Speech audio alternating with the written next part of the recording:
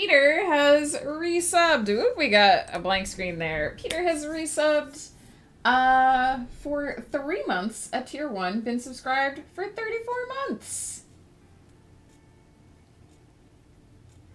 Hello, 911. What is your emergency? Too many children to fight.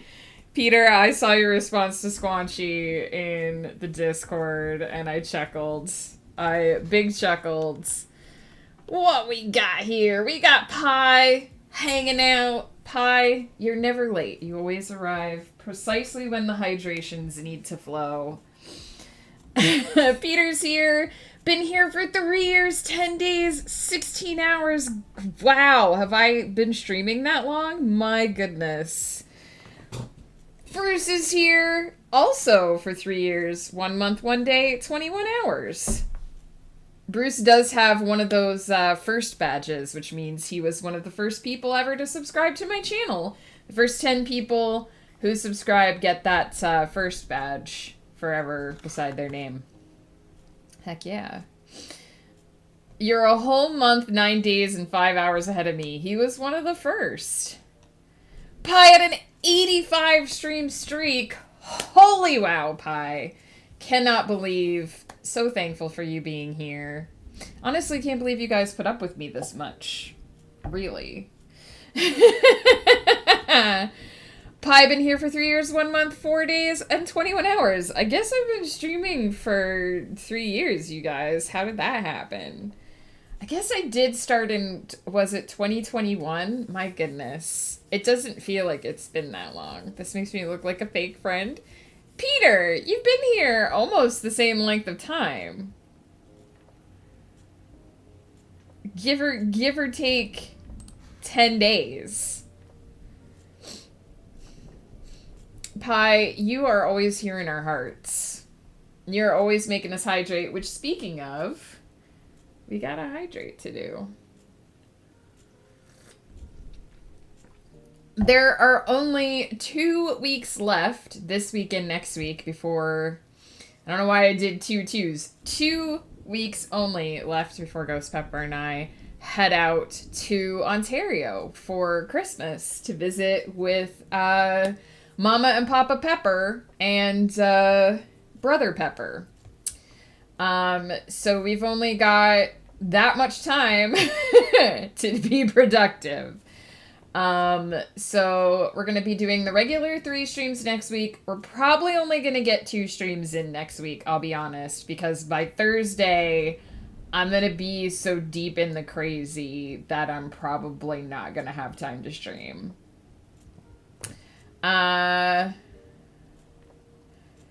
Shaking my head. Why are you shaking? You're shaking your head. Are you going to see our best friend Victoria while you're out there? I don't know. We haven't talked to her. Is she still on the East Coast? I thought they moved elsewhere. I will happily shoot a message her way and see if they are around.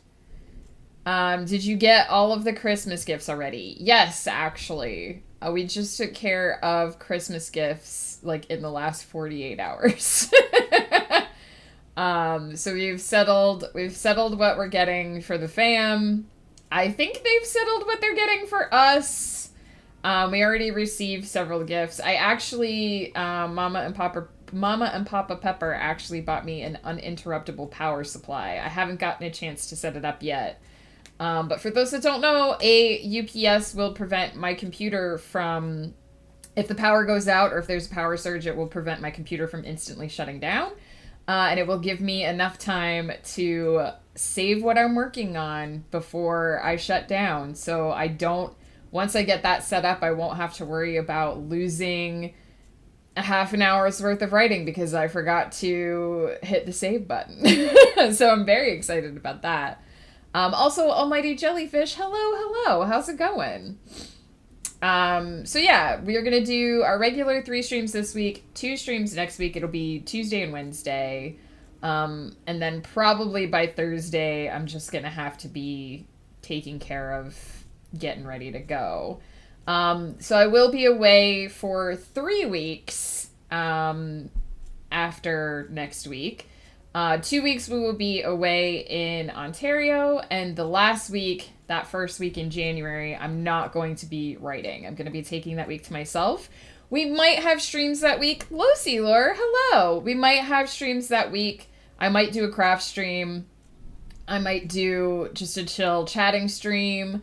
But there won't be productivity the first week in January because I'm taking that week for myself. I've got a puzzle I'm going to put together. I can show it to you in a minute. It's 2,000, I almost said 2,000 words. It's 2,000 pieces. It's Turkish rug scraps.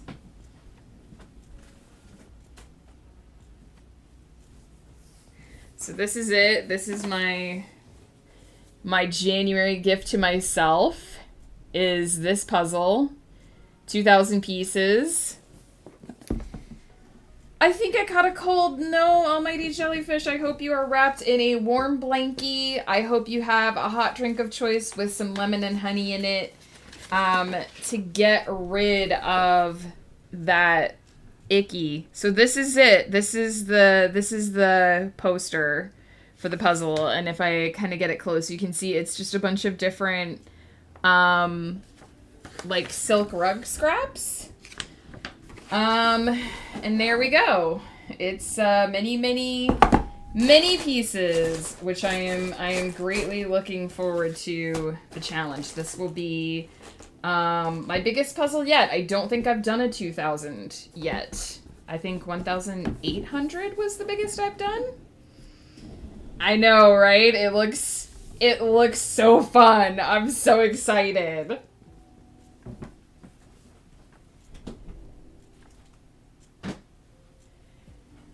So that's what I'll be doing the first week of January.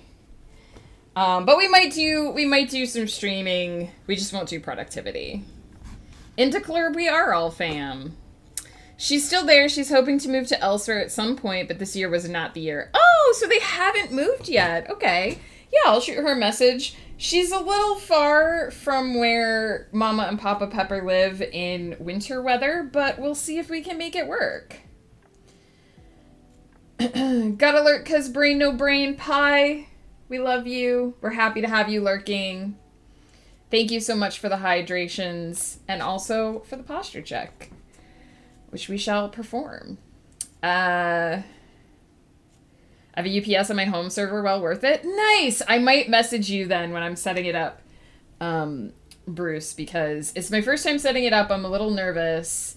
But I just want that peace of mind of if my power suddenly shuts off, my work won't go out. And also I've had so much problem with hard drives and stuff dying on me that I'm like, I absolutely want the most protection that I can have for it. Do you have any vodka for that first week or whiskey? I mean, we got a fully stocked bar in this house, Peter. We're drinking pumpkin spice coffee today. I almost said latte, but it's not a latte. It's just pumpkin spice coffee. A 1. A 2. And a 3. Hydrates for pie. Heck yeah. Drunk puzzling is going to be a great time. I do sometimes sip me a little cocktail or some wine when I'm doing the puzzling. I'm excited about it. I wanted to get that puzzle last year, for my big puzzle last year, but it was sold out. So I got, the one that was like 4 seasons in 4 different mythologies, which I can flash in another minute. And then that one came back, and I quickly bought it because I really wanted it. So I'm really excited about it. I like the challenge. 1,000 piece puzzles just aren't challenging enough for me anymore. I can do that in like a long weekend. I needed something bigger. I needed something more challenging. So I'm excited for this. I might decide that I hate myself for making that decision later, but I'm very excited about it right now. Wasn't there a thing with a rug coming to your house? Yes, The rug has been here though for a while. It's in the living room. It is a it is a silk rug from Turkey. I think I said that right. Finished chapter 7 for once it's under 4K. Heck yeah, Lofi, glad to hear it. Weren't you doing some rewrites for something? I seem to remember you saying that you needed to change something. Oh boy. When Pi says the hydrations didn't even start, that worries me. I suggest a chill just chatting stream someday where you can just talk and try to finish the puzzle with chat. Well, I can't stream the puzzle, unfortunately, because I don't have enough space on my desk to do it. All of the puzzling takes place out in the dining room where I don't have a computer. But we will probably do a just chatting stream where we work on the dragon. Because I am probably going to try and do the beadwork for the dragon over Christmas break. And so we might do some of that. Haven't done any work for a while. Was hoping to write more about the beehole aliens and do some video editing, but Alice has been unwell. Oh no, poor Alice. Give her some scritches from us. I hope she feels better. I am also very, very curious to find out more about the beehole aliens. I was unreasonably excited when you raided into Joe's stream that day and said that you had started it. I was very excited that it started to come into fruition on the very day that we talked about it. When the power goes out, my server sends an alert to me over Discord, and if the power doesn't come back on before the battery hits 40%, it spins down the drive array and shuts down gracefully. This is the peace of mind that I want. And it does say, the UPS that I have says that it does come with a software that can, like, automatically save my files and shut my computer down, which I don't know how that's going to work, but I'm pleased by the concept of having it. I needed something bigger and more challenging. I don't understand what she meant. No one explained it to me. Peter, we love you. Online puzzle where chat can play with you? Maybe. Rai, hello. Thank you for the lurk. I think Squanchy set up a puzzle for us one year on the Discord, which was super cool. I moved the original start of 7 to the end of 6 and tweaked its flow better. Nice, Lofi Laura. I hope it's working out. The UPS could fix your drive issues too. You might have micro blackouts or unstable voltage. See, the problem is, I would think that, except Ghost Pepper lives in the same house and has none of the same issues that I have.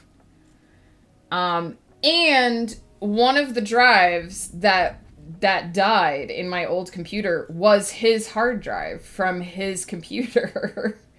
So I definitely think there was something wrong with my old computer that was causing the issues, but I'm also not taking any chances. I want to give, like, the new computer the best possible chance. I do feel that way, Jellyfish, genuinely.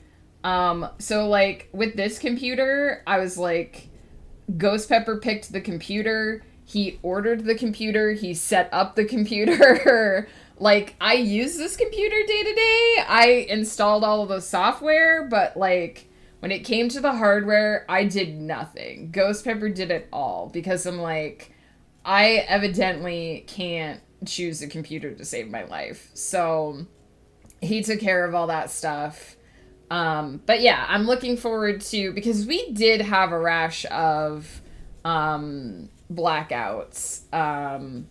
couple, like, last year, I think it was, in, like, last summer. We had a bunch of them, and so when I used to do all of my work on a laptop, the nice thing was if the power went out, you can hit the save button because your work is still there. But with a tower PC, I can't do that. So now I will at least have that peace of mind.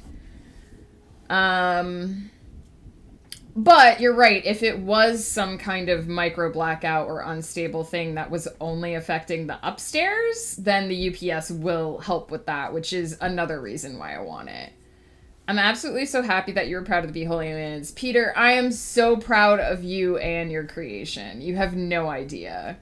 At the end of stream, I was just chatting and thinking out loud, and I was like, this started as a throwaway sentence on Megan's stream. I hope Megan is proud of me. I am. What if she hates being associated with this? I don't. I love being associated with it. And I was so glad you're happy. I am. I am happy. I was mostly happy that you said you were going to do a writing stream and then did in the same day. I'm super proud of that. I think you should do many more writing streams.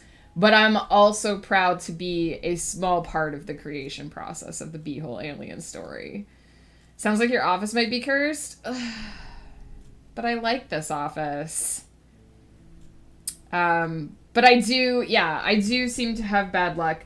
We do think, first of all, looking back on it, there were signs that that computer should have been sent back the day I got it. But it was the middle of the pandemic and computer prices had just spiked and I desperately needed something better than what I had at the time. So we just kind of made it work.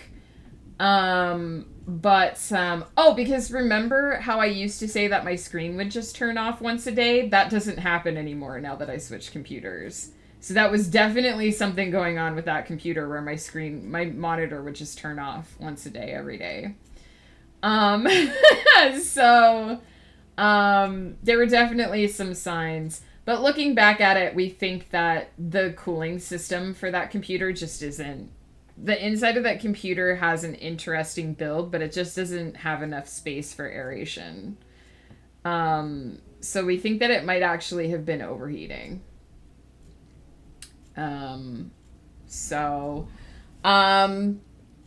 Because I know that Flutter had a similar computer, but she had a liquid cooling system and mine had an air cooling system. And she's never had problems with hers and I always had problems with mine.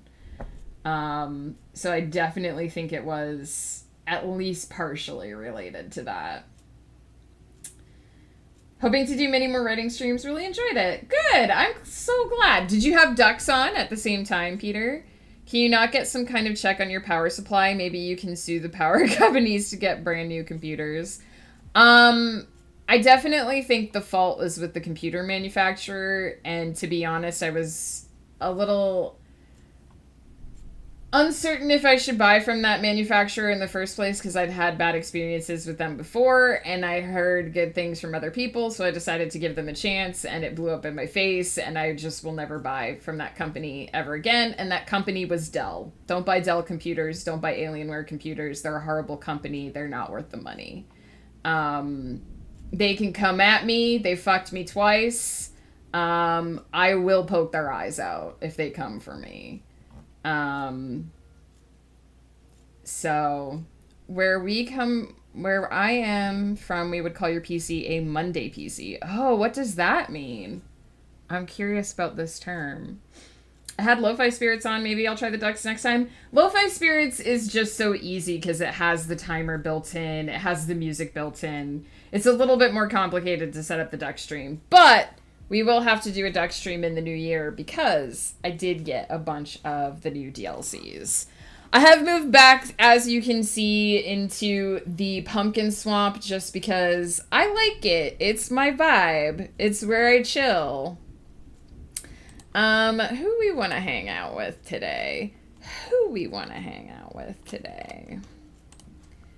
There's so many cute skins for this cat now that I don't even... I don't even know where to go. Let's do the blue one.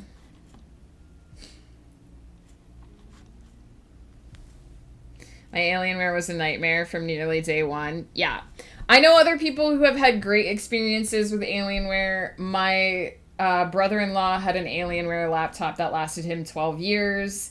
Flutter has an Alienware PC, and she's literally never had an issue with it. But on the company side, they're just not a good company. I had a Dell laptop that had a default in it when they sold it to me, and they wouldn't honor the warranty, even though they knew about the fault when they sent it out. And I had to buy a brand new motherboard for it, and it was horseshit. So don't buy from them. They may have been a good company at one point in time. They're not anymore. Marcellus Wallace don't like to be fucked by nobody except Mrs. Wallace. The timer was such a good idea. Like when I started the Lo-Fi Spirit game, I was like, it's just on. But then I was like, I'm going to try a sprint. So I tried the sprint and it's so great. It is, especially on stream. I think you need to have the structure of some time that you're working and some time that you're not working. Speaking of the timer, we're going to do 30 minutes. I'm only going to set up 2 to start, but we probably will do a final sprint after that. I do want to take 1 minute before we get started today. We're going to do a little bit of an experiment because I have been working on this prompt novel for a year, but I have not done a calculation of how many words we've actually put in it. We are about to write chapter 19 today, and I am very curious if it has actually already achieved novella status. So we're looking at hitting, I mean, technically low-end novella is 10K, but I want to see if we've hit 20 or 25. So we're going to do a quick add up of all the chapters before we start and see, if we've, how many words we've put into this so far this year. People work less good Mondays, so the quality is a bit worse. It's just a saying, oh, that makes total sense. That makes total sense. Hey, Kiara, how's it going? I read that you should ask a surgeon if it's their birthday before going into surgery, because if it's their birthday, statistically, they'll do worse. That's terrifying. That's a terrifying concept. All right, the animations are gonna freeze for just 1 minute here whilst I open a calculator. But there we go. That should be functional again. So I'm just basically gonna go through, I'm gonna open each file in turn and see, also...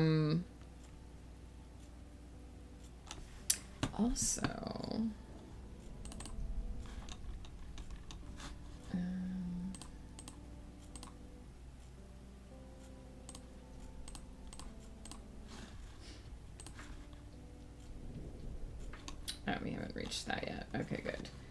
So I'm just going to open it 1 file at a time and see how much actual story we've done. So bear with me here, because there's like 20 files to open.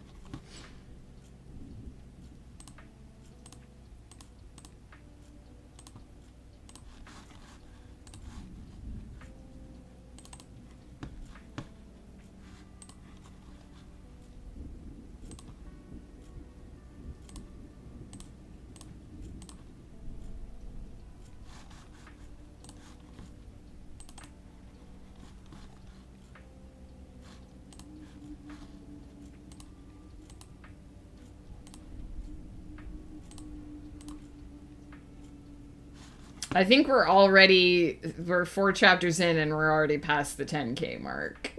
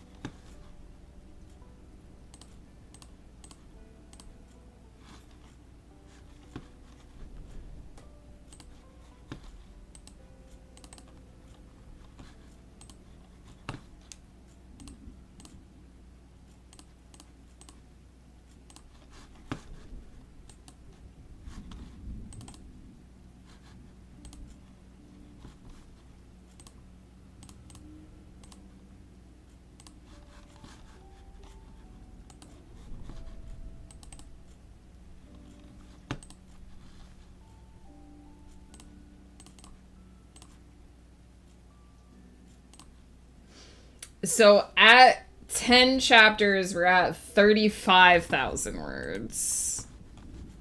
So that's definitely novella status, for sure.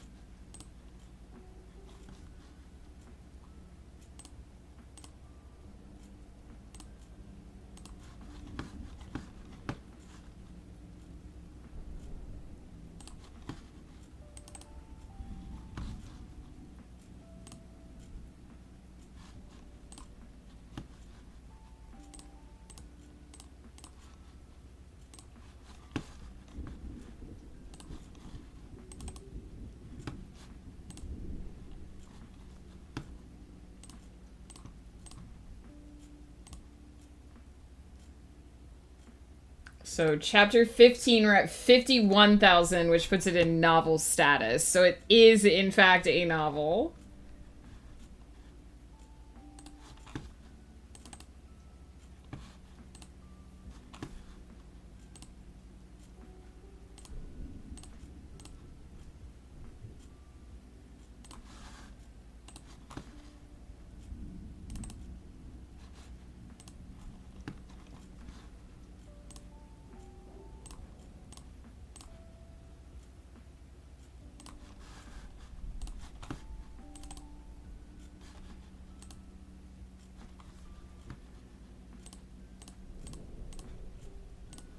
All right, so it is 64,180 words total. We've written that entirely on stream so far this year. 64,000 words puts us in novel territory. And I think I have, let me check. So we are writing chapter 19 today. 7 more chapters to go. So we might hit 100K in this stupid little prompt novel. Kiara, thank you for the 3-stream streak. Appreciate the heck out of you. Let's see what I missed while I was doing all the adding. Just working on transcribing my world building notebook into my Obsidian. Heck yeah! I hope it goes well. I know a lot of people really love Obsidian. I've never gotten into it myself, but I've heard it's really, really good for organization. So have fun. Gonna dip for a little and charge my phone. Losi, thank you for hanging out. We appreciate you. Is one of those words hamster fluffin'? No. Which may look like 2 words, but the space between them is silent.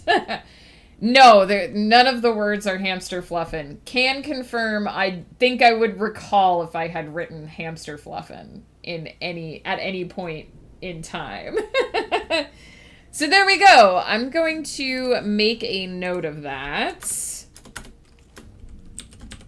I think that chapter 18...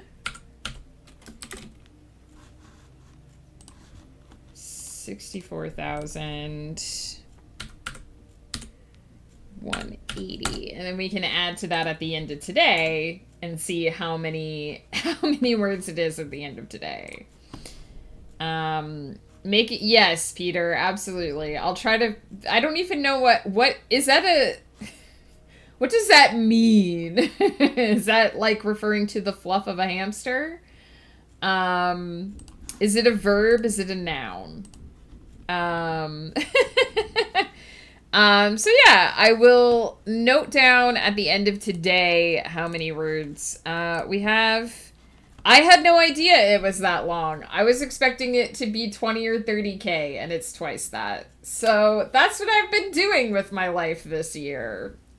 Today is fun because it's all about the gods in my setting. Almost all the gods are based off of Major Arcana Tarot. Ooh, that sounds really interesting. I saw someone put a bump in it. I saw someone put a bump in a long-haired hamster once. What?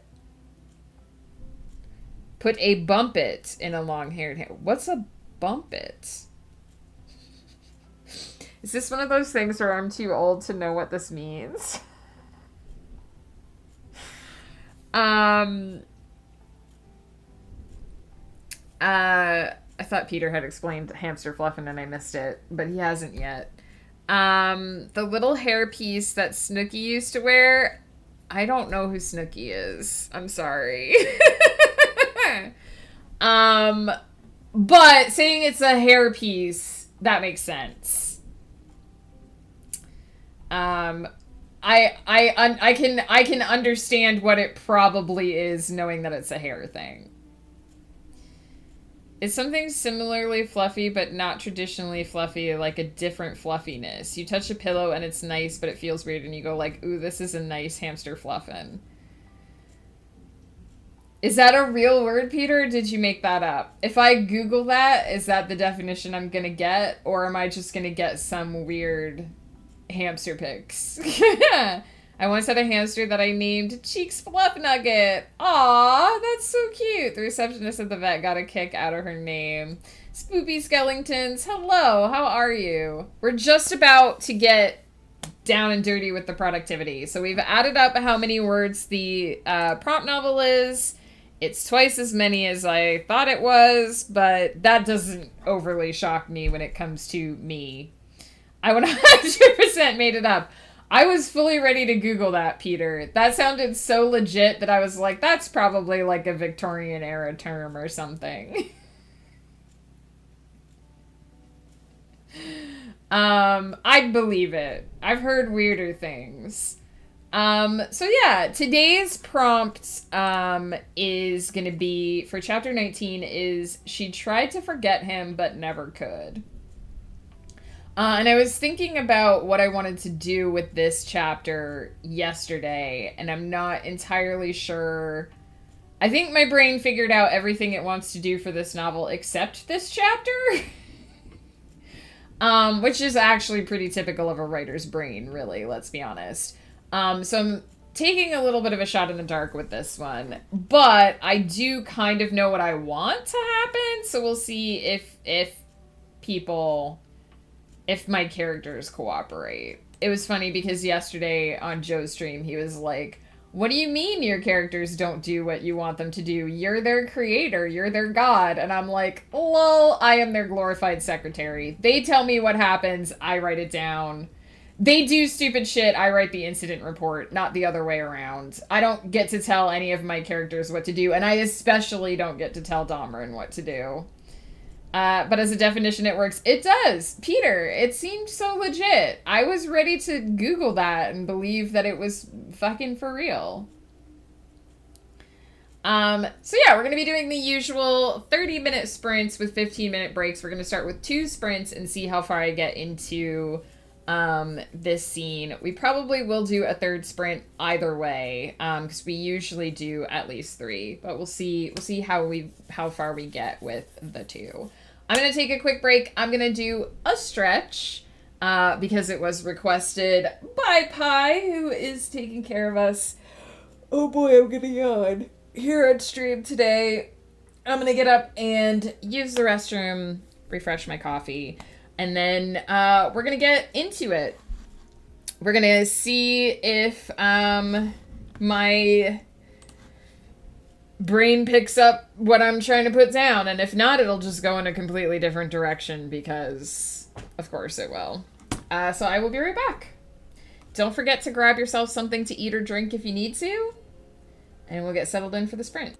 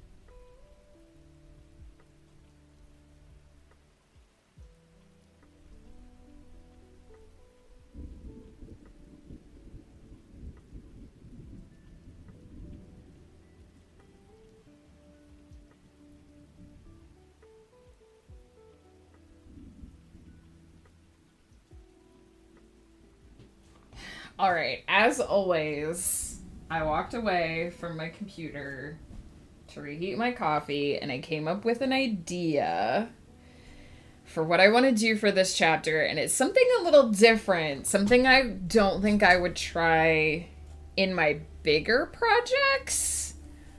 But because this is what my prompts are sort of all about, I'm going to try it for this and see how it works. So I want to write sort of a bunch of smaller scenes, instead of one or two big ones. There probably will be a longer scene at the end, but I want to write a couple of little fragmented vignettes almost that are connected by this concept of she tried to forget him, but she never could. And we'll see how it goes. Let's save our document first and foremost. Chapter 19. Excellente. All right, and I'm gonna start in italics.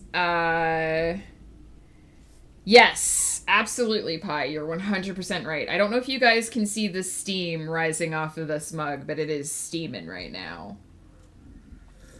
In fact, I'm going to do a bonus free sip. Ah, yeah. Piping hot coffee. The best. You walked away from your computer to reheat your coffee, and the Monopoly board attacked you and tried to steal your blood. I believe that that is a thing that could happen if I had a Monopoly set in my house, but I don't, because Monopoly is the worst game ever. The worst game ever invented, and I do not own a copy of it. Because I will not play that game.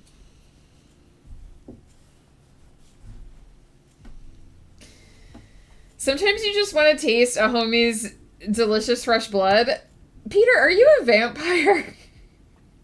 I know it's not a polite question, but I'm starting to think you might be a vampire. I'm starting to think maybe this is why you want to eat all the people in the club who are fam. We started a family game of Monopoly at Christmas about 13 years ago. My mom used to like force us to play that game for like 6 hours, and I just can't. I won't touch that game. It's horrible. Also, nobody plays it the way you're supposed to play it, because you're not supposed to pay everything into the center and pick it up on free parking. You're just supposed to pay like all your taxes and stuff to the bank. It's supposed to be a game about how capitalism is awful. Anyway, let's start the sprint.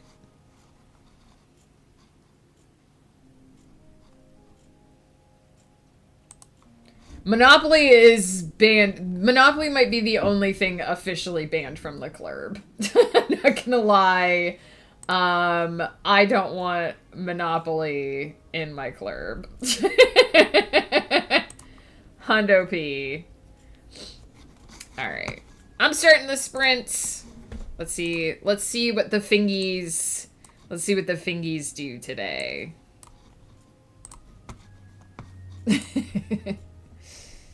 I'm pretty open to most things, but not Monopoly.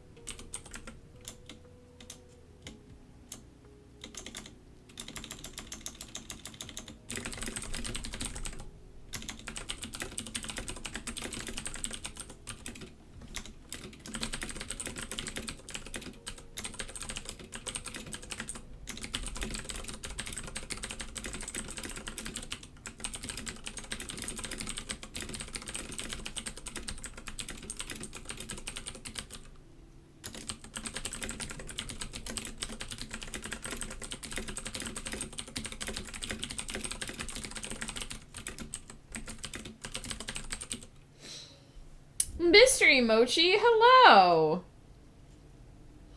I like Uno, but only if you play it properly where you can stack the draw cards. Because that's how you properly play Uno. Uno doesn't know how its own game is played. I will die on that hill.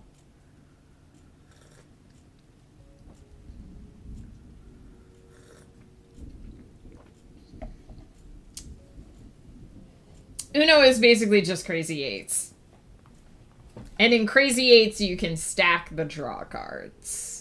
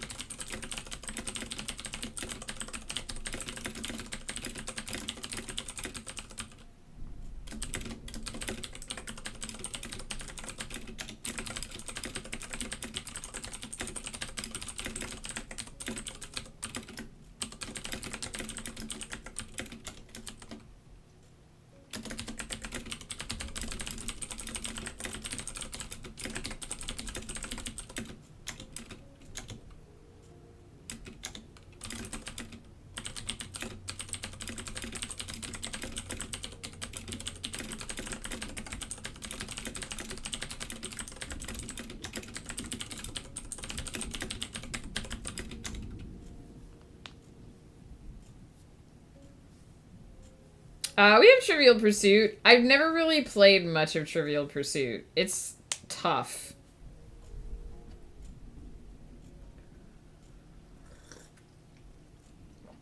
You do have to draw until you can play a card. Yeah, that's how it's played. That is proper Uno procedure, yes.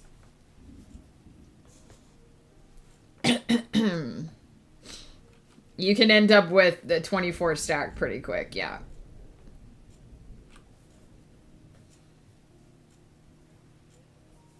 Uno's hardcore, man.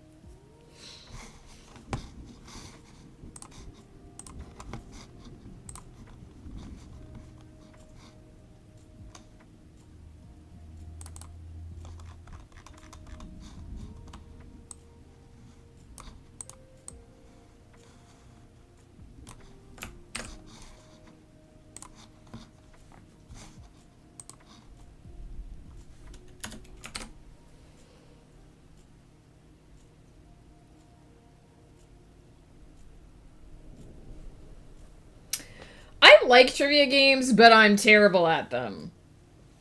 I don't know the answers usually. Trivial Pursuit is a lot of us being like, I don't know the answer to that question, so I guess I'm not progressing the game.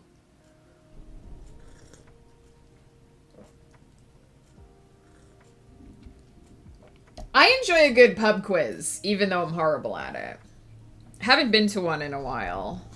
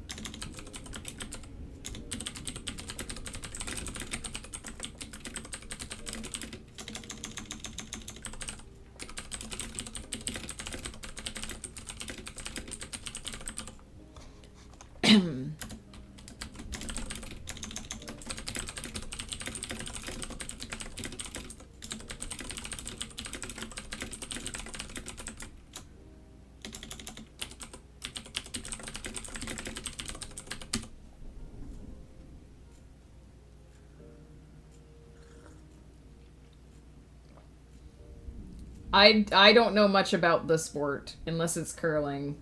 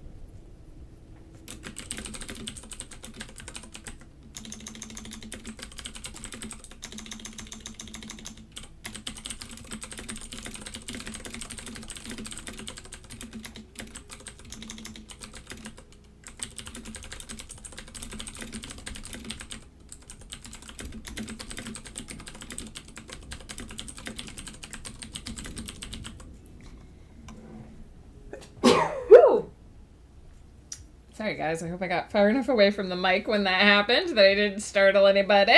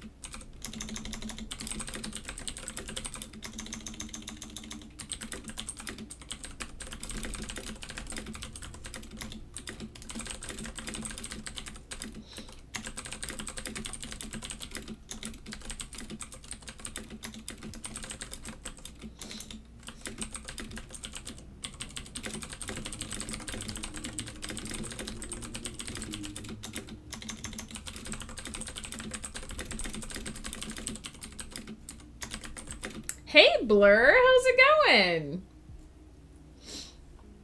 I can see that Blur looked at their 2024 recap because you've got the 2024 badge up.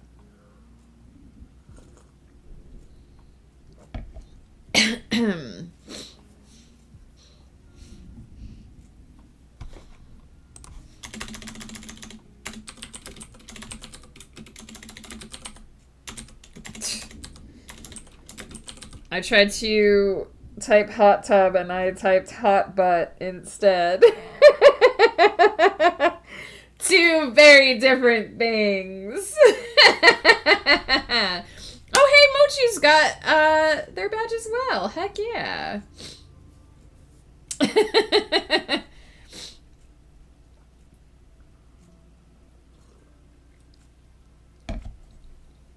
Well, I originally typed a whirlpool, but I was like, I shouldn't use brand names in a world that isn't, this is very specifically not our world. So I erased it and tried to write hot tub, and I wrote hot butt.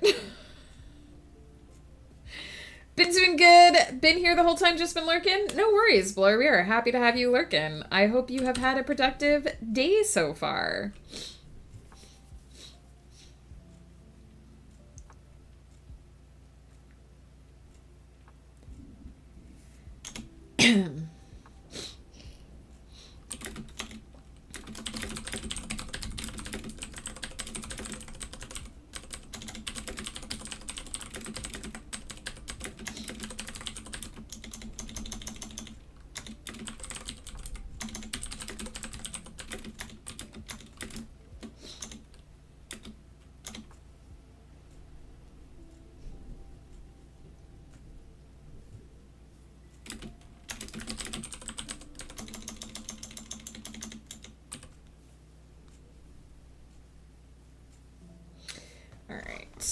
We are done with the first sprint, which is good because I just hit a little bit of a block of where I want to go next, but that's fine. We're at 1,458 words so far, and I think it's going pretty well.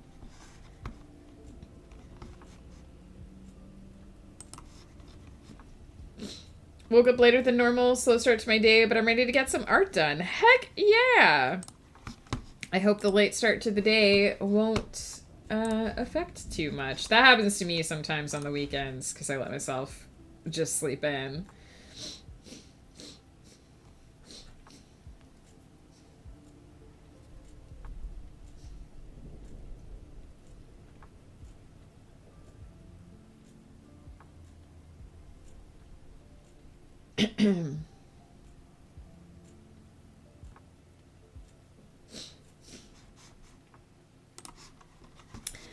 Hermagers. Let's move over to the bay window so that we can see the pumpkin swamp in all its glory because, hey, we enjoy the pumpkin swamp.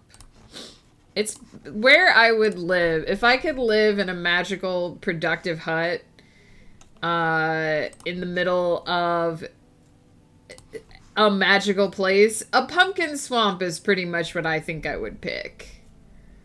If I'm honest. If I'm being entirely honest.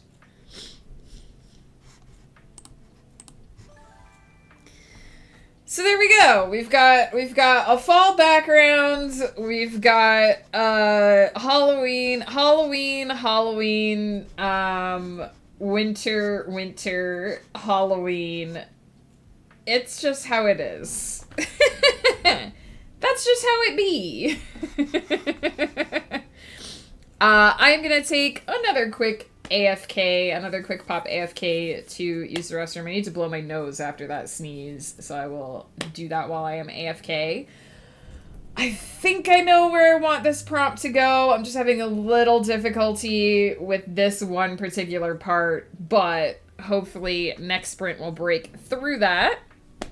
And we'll see how far we get. I don't know if I will finish the whole chapter in the next sprint, but I think we should be able to get pretty close because I have a pretty clear idea of where I want things to go. So fingers crossed.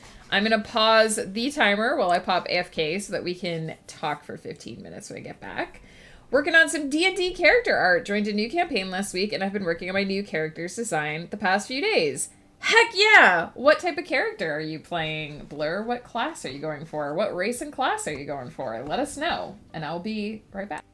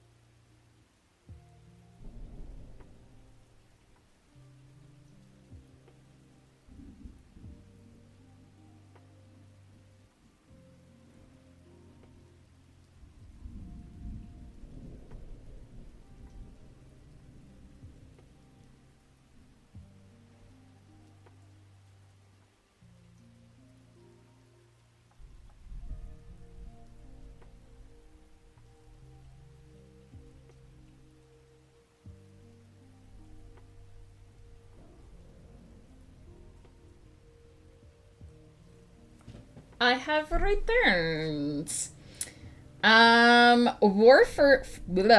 Warforged fighter. Nice! Technically cyborg, but that was the closest race to cyborg. True, yes, Warforged are like robots. Fancy, fancy robots. She's a why can't I talk? She's a cowgirl cyborg bounty hunter. That sounds fucking amazing. Once I'm done with this piece I'm working on, I'll share the artwork. So far in the Discord. Heck yeah! Back as well! Losi Lord, perfect timing. Heck yeah! Me trying to speak. I was thinking that I might look at, they have these different outfits now. Oh, we do have a Damarin one, but we could make another outfit. Oh, interesting. So if I make another outfit, I would have to change my body as well. Okay. I wish I could just copy my preset over. Maybe we'll just look at if I even want to make another. Let's see.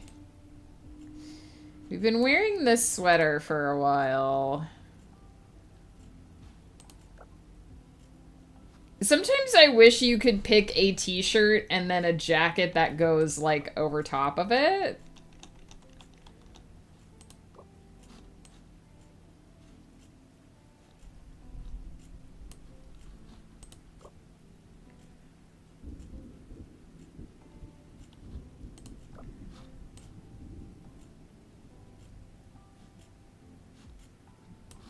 We were wearing this before, which I do also still like.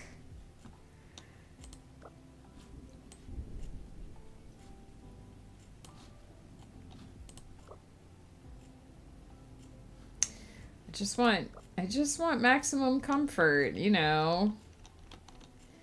Maximum comforts. Whose body are we changing? Mine in the game. That's one thing they bring up as an option in the survey they put on out the other night. Oh, like being able to pull over your preset. That would be nice. Like, because I want to change my outfit. I don't necessarily want to change my bod. I do like having a Damarin, but I also... Oh, that looks so good. This reminds me of Comf. It looks so comfy.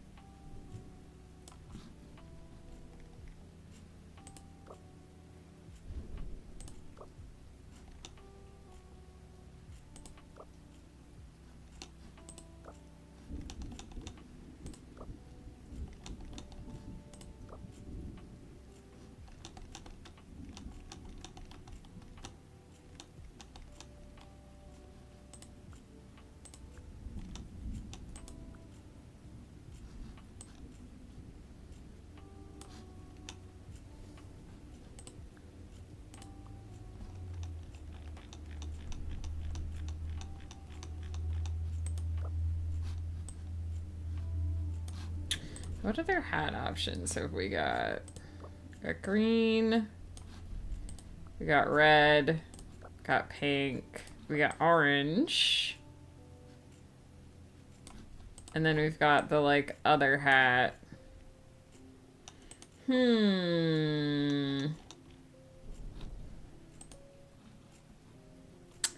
What do we have that will, tuck into our socks?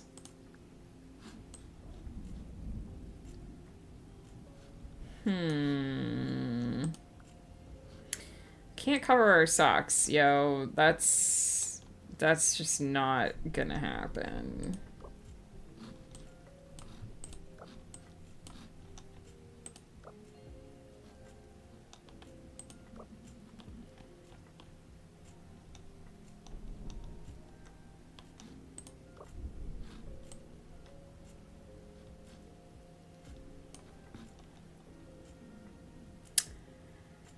Both preset and the mixed match jacket and shirt. Oh yeah, that would be awesome if you could like layer your outfit. Oops, I didn't mean to actually select that shirt.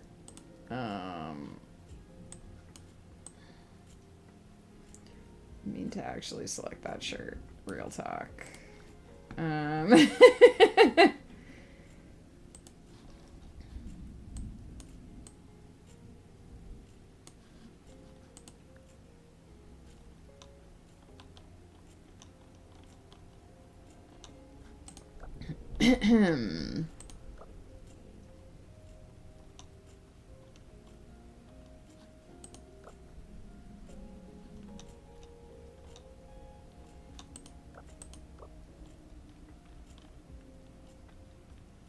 These will all go over my socks, and we can't have that. We simply just can't have that. It just simply can't be.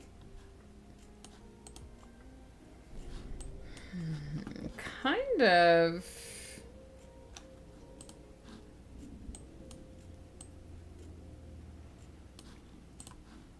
Kind of just really like.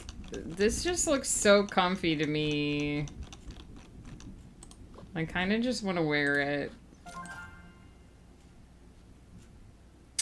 And then we can change our hat to be this hat, because that matches better. Heck yeah.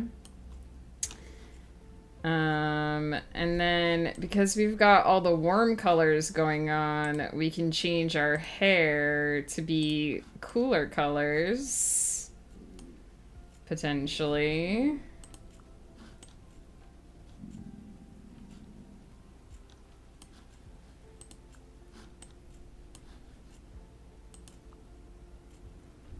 Wish I could reverse the gradient there.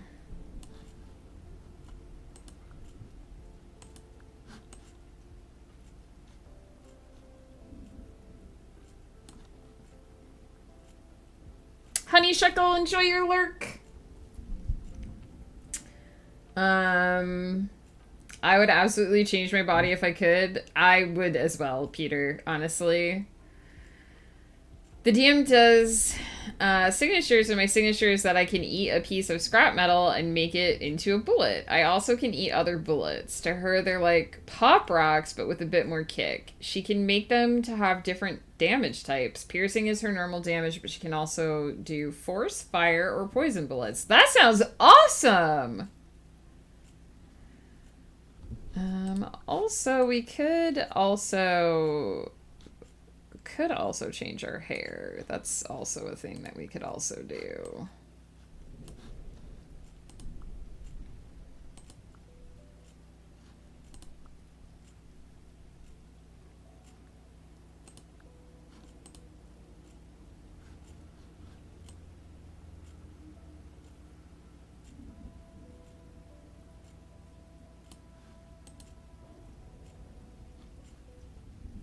You can only do a custom color. You can't do like a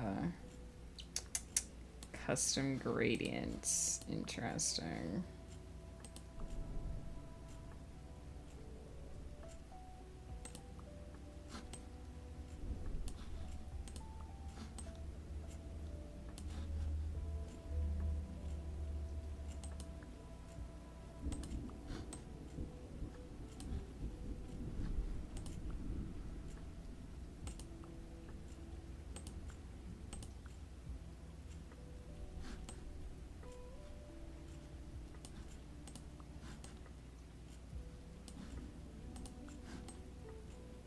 Like how it was like, let's change our hair, and then I changed it back, like, instantly.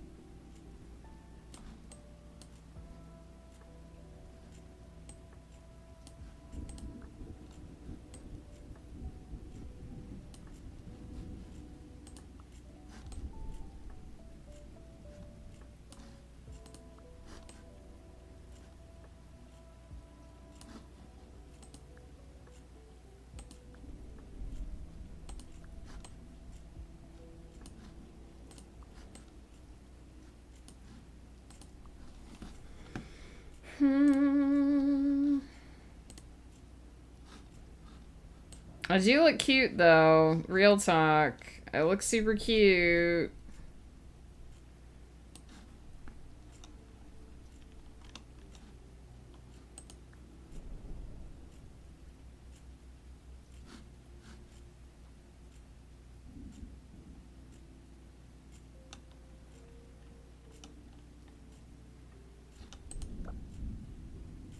That makes it look like I'm not wearing pants, which might not be the best option.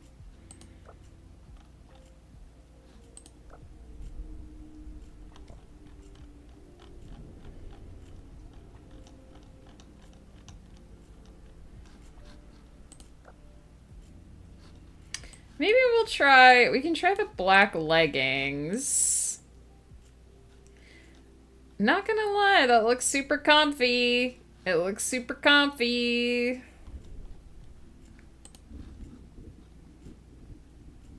You just need a different slipper to match them. Hang on. We gotta pick the perfect slippers before we go back. Oh, look, there's brown ones. Perfect. Look at how comfy we are. Look at how comfy we are.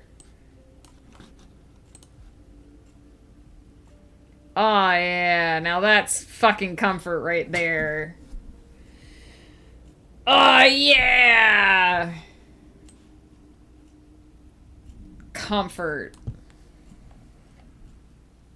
Speaking of Fire and Poison, is D&D on track and fine for tonight? Last I heard, which was yesterday evening, D&D is scheduled for today for Woof's channel.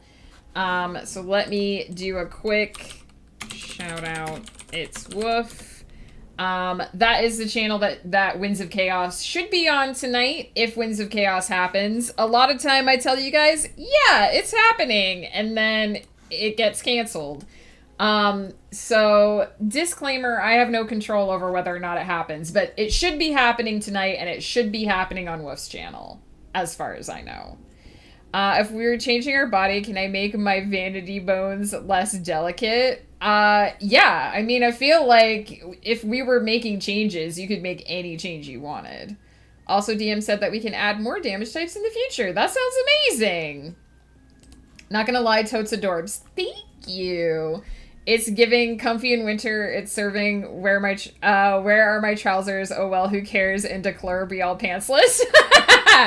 Listen, sometimes you just want to be fucking comfy. And my character right now, she comfy.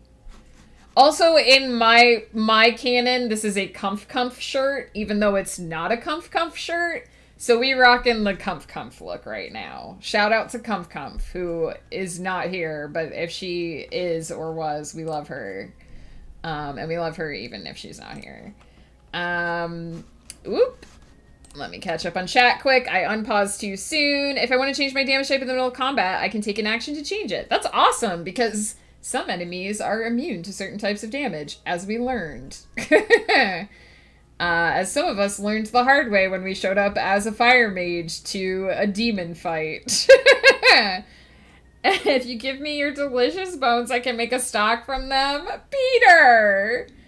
Losi Lore said delicate, not delicious. Also, hope you don't mind me rambling. No, I asked. I 100% would love to hear. I love to hear about everybody's stuff.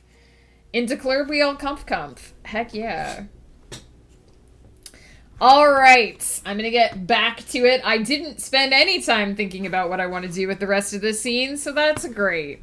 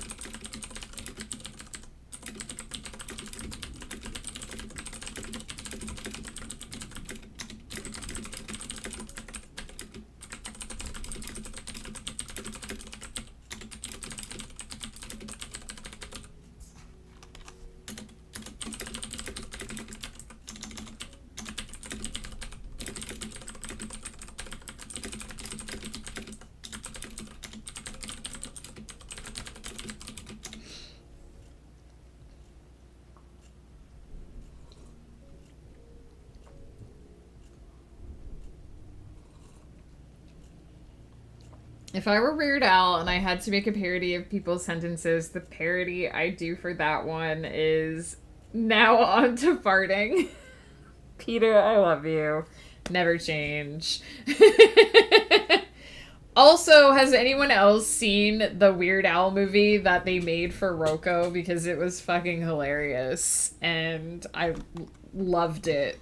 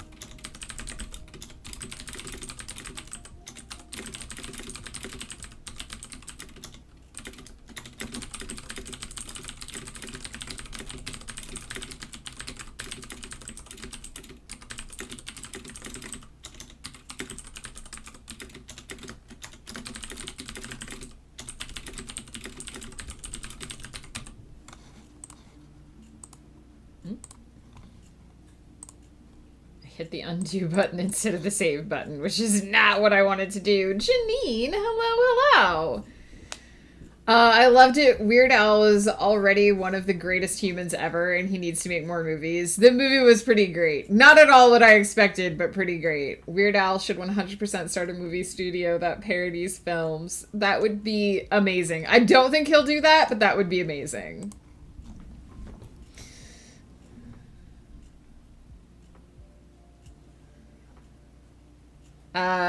I love breathing wrong and choking on spit just in time to start hacking right in front of customers. No, Losi lore! I do that way more than I'd like to admit. So, cheers, I get it. I'm the world's hugest derp.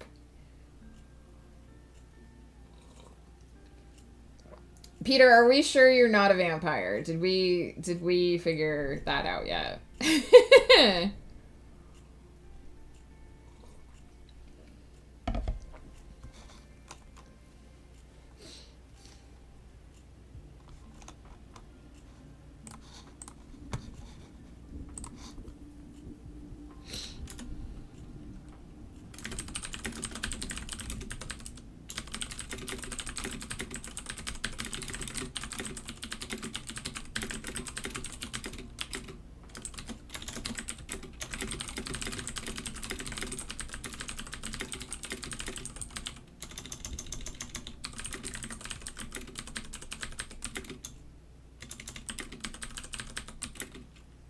Is it Masters?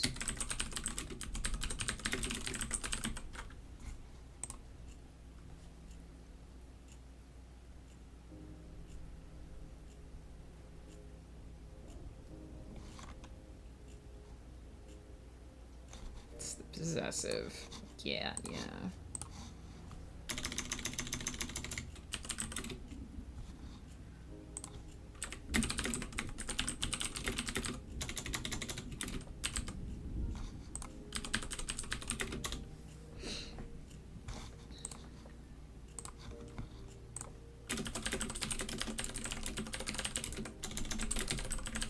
Vinyl, hello, hello. How's it going, my friends?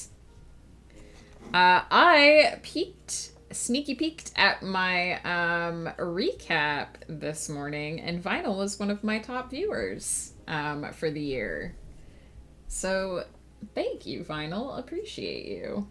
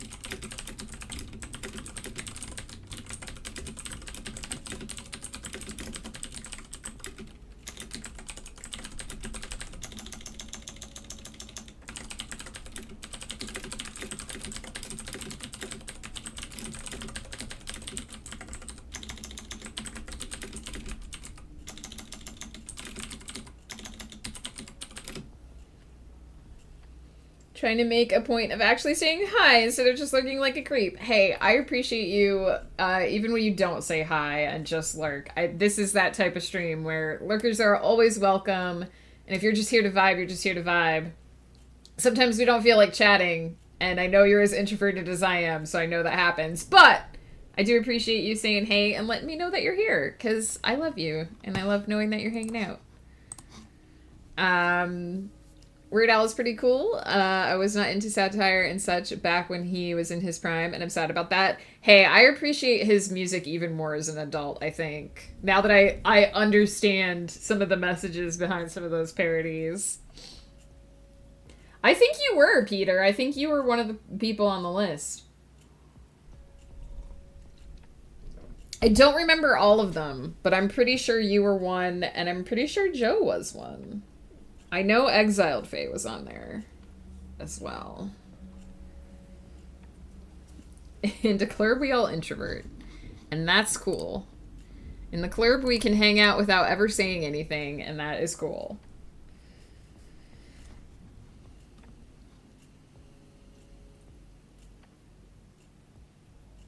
Like a surgeon is hilarious as a kid, but when you grow up, it's smart and clever. Exactly. Like... You like Weird Al when you're young because it's funny, but then when you get older, you're like, I see what you did there.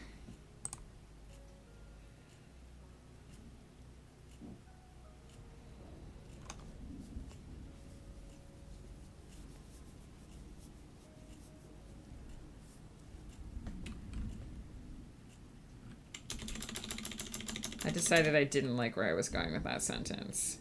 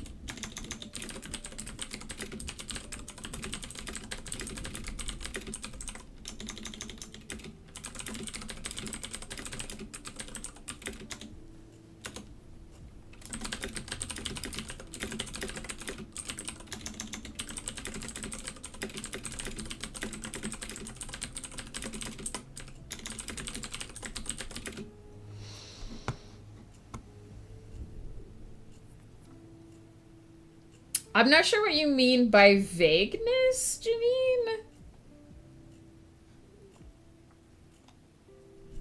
I've discovered in my writing I use the words just and absolutely so much. We always end up with a crutch word, Peter. That's what editing is for, is to get rid of it.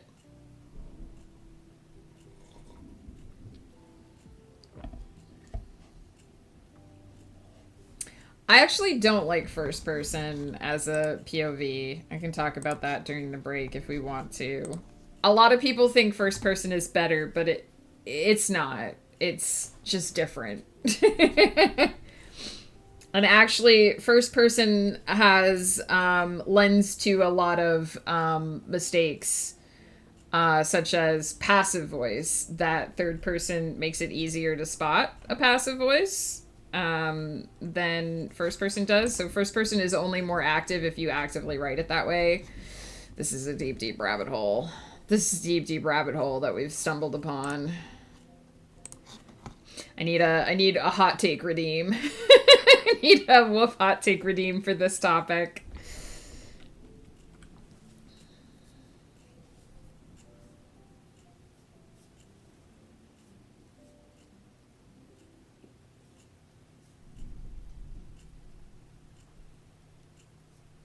If only it worked that way, Peter.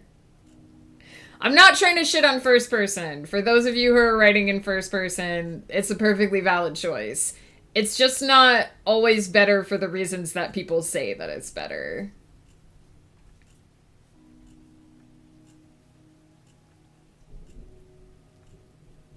That is not the sentence I meant to write. I prefer third person too. For anyone who's sitting in chat writing in first person and being like, oh no, Megan doesn't like first person, I don't want anybody who's writing in first person right now to be discouraged. First person and third person can be equally amazing. It all comes down to the writing. Third person has bad habits and first person has bad habits. I just think that first person's bad habits are easier to fall into than third person's. Like, it's easier to catch the bad habit in third person than it is in first person.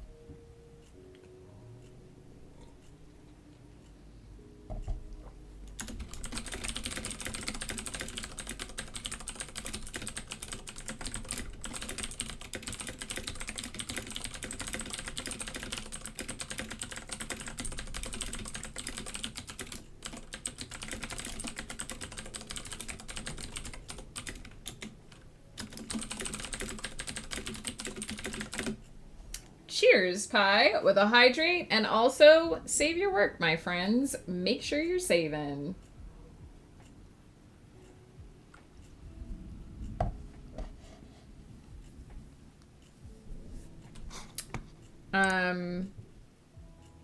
Yeah, Janine, if you could explain what I saw your messages about vagueness, but I'm not sure what you mean by vagueness. Can you give me like an example?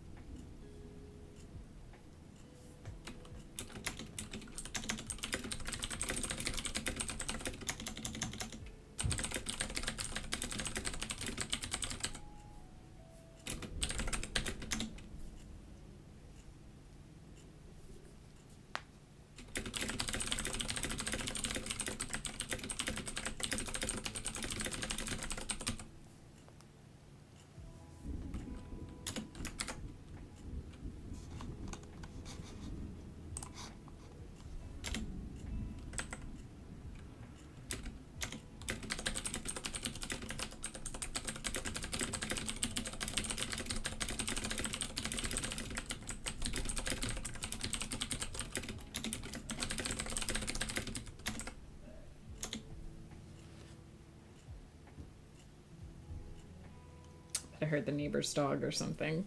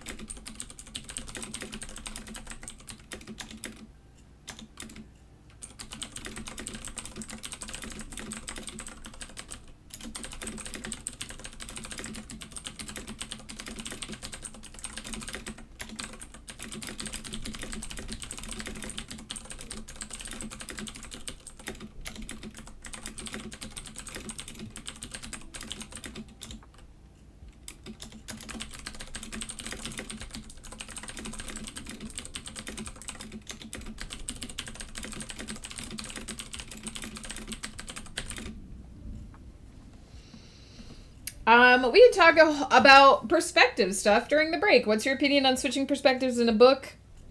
If you have an MC in first, switches to third. I think that can work. I've read books where that works. That's a short answer. I honestly think you can get away with anything as long as you can make it work. So if you want to switch between first and third person, as long as you can make it feel good in the narrative, you're fine. You'd have to do it at breaks, obviously, but yeah, like I think the only rule of writing is you have to make it work. If you can make it work, you can break whatever rule you want.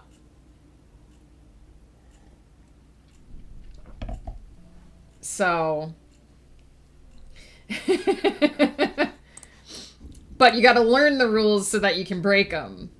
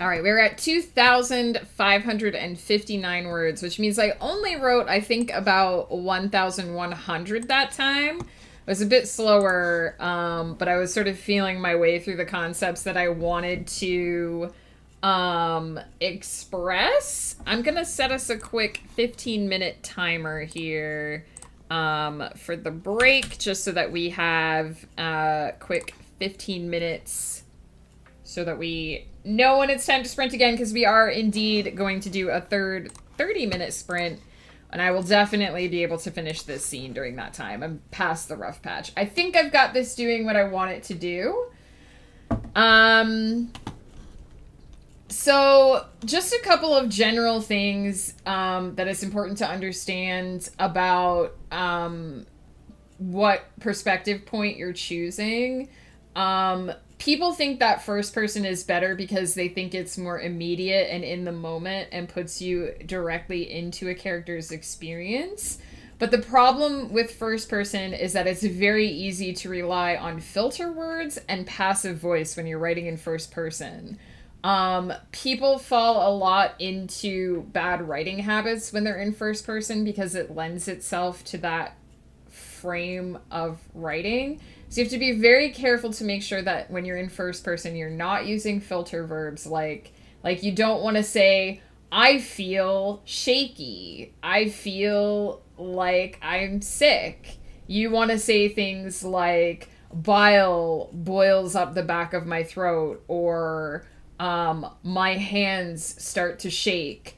You have to be really careful that you're not falling into a filtered voice or a passive voice when you're using first person.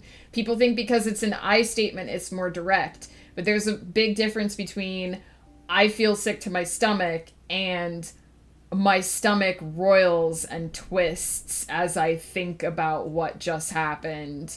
There's a big difference between I feel weak in the knees and my legs quake and threaten to fall out from under me. So you have to keep that in mind when you're writing in first person. It's so much easier to fall into a filtered territory, because you're always thinking about I statements when you're in first person, and those aren't always the best way to phrase something. Third person, I think the hardest thing is to make sure that you're always staying in. If you're doing third person limited, the hardest thing is to make sure that you're always staying in one mind and not sharing information that wouldn't be known to a character. And again, avoiding too much filtering when you're describing other people's expressions. Like instead of saying, he was clearly concerned, you would say something like his brow furrowed, and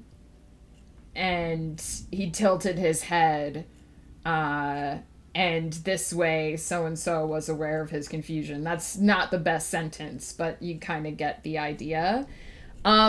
Third person omniscient is really difficult because a lot of people think that you just hop from head to head, but actually if you want to write in third person omniscient, you have to create an overall voice for the narrator. And that narrative voice is essentially what fills you in on what other people are thinking. So Lemony Snicket is a really good example. Douglas Adams is pretty good at this in The Hitchhiker's Guide to the Galaxy, because he just has an overall tone for the way in which the story is written. So those are sort of the various pitfalls and things that you need to look out for perspective. I think if you're writing in third person limited and first person in different chapters in a book, you can get away with doing that, especially if you have a narrative reason for why some are written in one perspective and some are in the other. I think his name is Dan Simmons, did that with the Hyperion Cantos, and it worked really well. His Endymion and Rise of Endymion were written that way, and there was a narrative reason for why it was that way, and it was really interesting. So that was me saying a lot of words. The most important thing is to just pick something that feels comfortable and poignant to you and stick with it. It's the same in art as well. Learn the rules so you can break them. Heck yeah. I missed so much. I really love first person because the characters that I write live in their own reality. They absolutely have made their own little world and embrace it wholeheartedly, but they live on a normal, regular human world, so that when when the average human world collides with their hemisphere of shit, it unleashes a vast and epic rabbit hole. I just want to point out that you can do the same thing with third person. I don't know if all of that was meant to be, this is attached to first person, but you can do all of the same things with first person and third person. You just have to learn how to do it, essentially. I've done the thing where at the start of the script, someone will say something like, the toaster is behind the couch, but the rabbit put it there, just like absolute nonsense. But by the end of the script, that seemingly random throwaway sentence has somehow become a massive plot point on the next few episodes. Nice!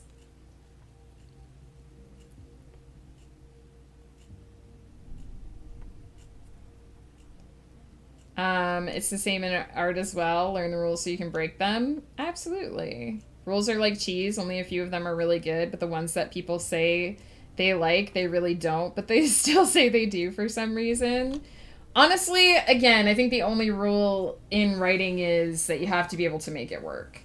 If you can make it work that there is sometimes a third person omniscient narrator and sometimes the characters are sort of narrating for themselves through third person limited, if you can explain or execute that in such a way that it doesn't require explanation, it's fine. You can do whatever you want to do, as long as when people read it, they're like, yeah, that felt really satisfying to me.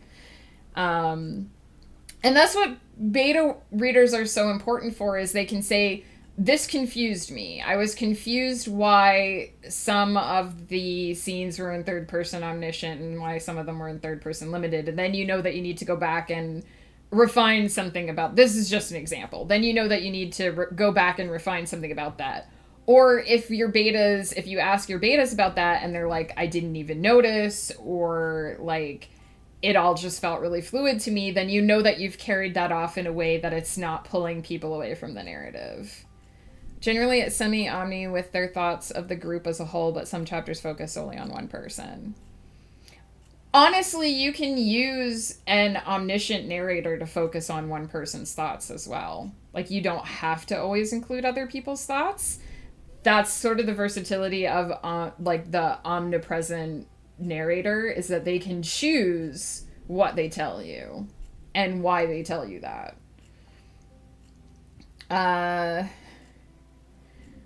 Blue vein cheese. I'm convinced nobody actually likes that because how can they? I mean, it's basically mold. But some people do like really stinky foot cheese.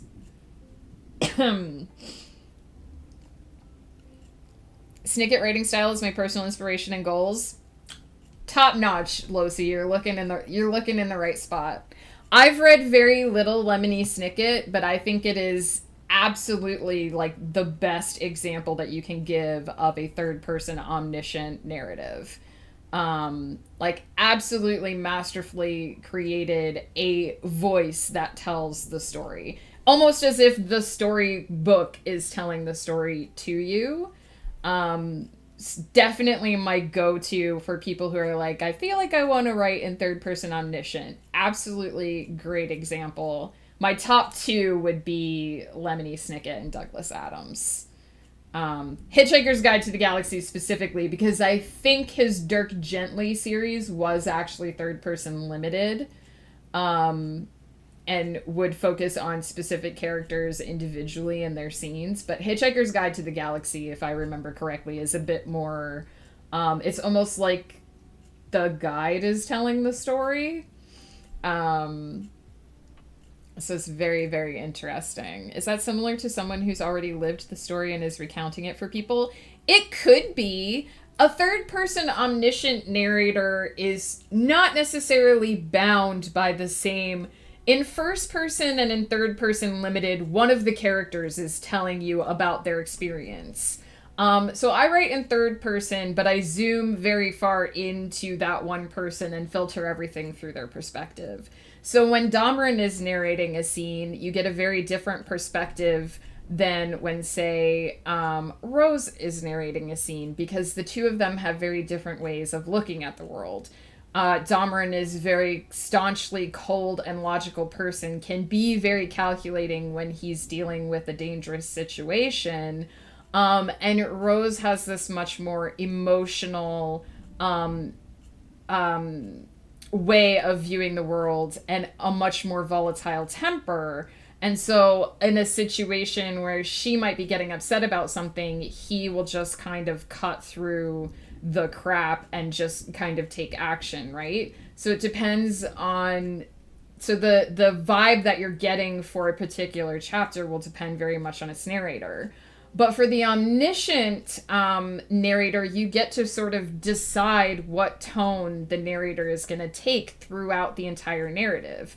And they might choose to be sassy at times, or you might have a very sarcastic, omnipresent sort of narrator who puts things in sort of a grim, humorous kind of bent. Or you could have a very serious, omniscient narrator that just sort of clinically relates more what's happening and, you know, who's feeling about what at the time. An omniscient narrator can point out to the reader things that the characters aren't necessarily aware of or are missing, whereas in a third-person narrative, those things, third-person limited narrative, those things have to come out later, right? So you're not really bound by specific rules for an omniscient narrator, aside from it should have a voice. Every narrator should have a voice. Characters develop their own specific character voice, and an omniscient narrator develops their own character voice as well. It just isn't specifically tied to one of the other characters, if that makes sense. I'm getting the VFD tattoo soon. Snicket is why I write, actually. That's awesome, Losi Lore. When you check back on your Facebook memories, you as your present self is looking back on your past self at a third omnipresent person. Possibly. I don't know if you saw in the chat, but I decided to share the artwork. I did. I haven't gotten a chance to peek at the Discord yet because I often don't look at it while I'm streaming. But I am about to take a quick break. I've been yammering so much about perspectives, but hopefully all that made sense. If something I said was confusing, please do ask clarifying questions.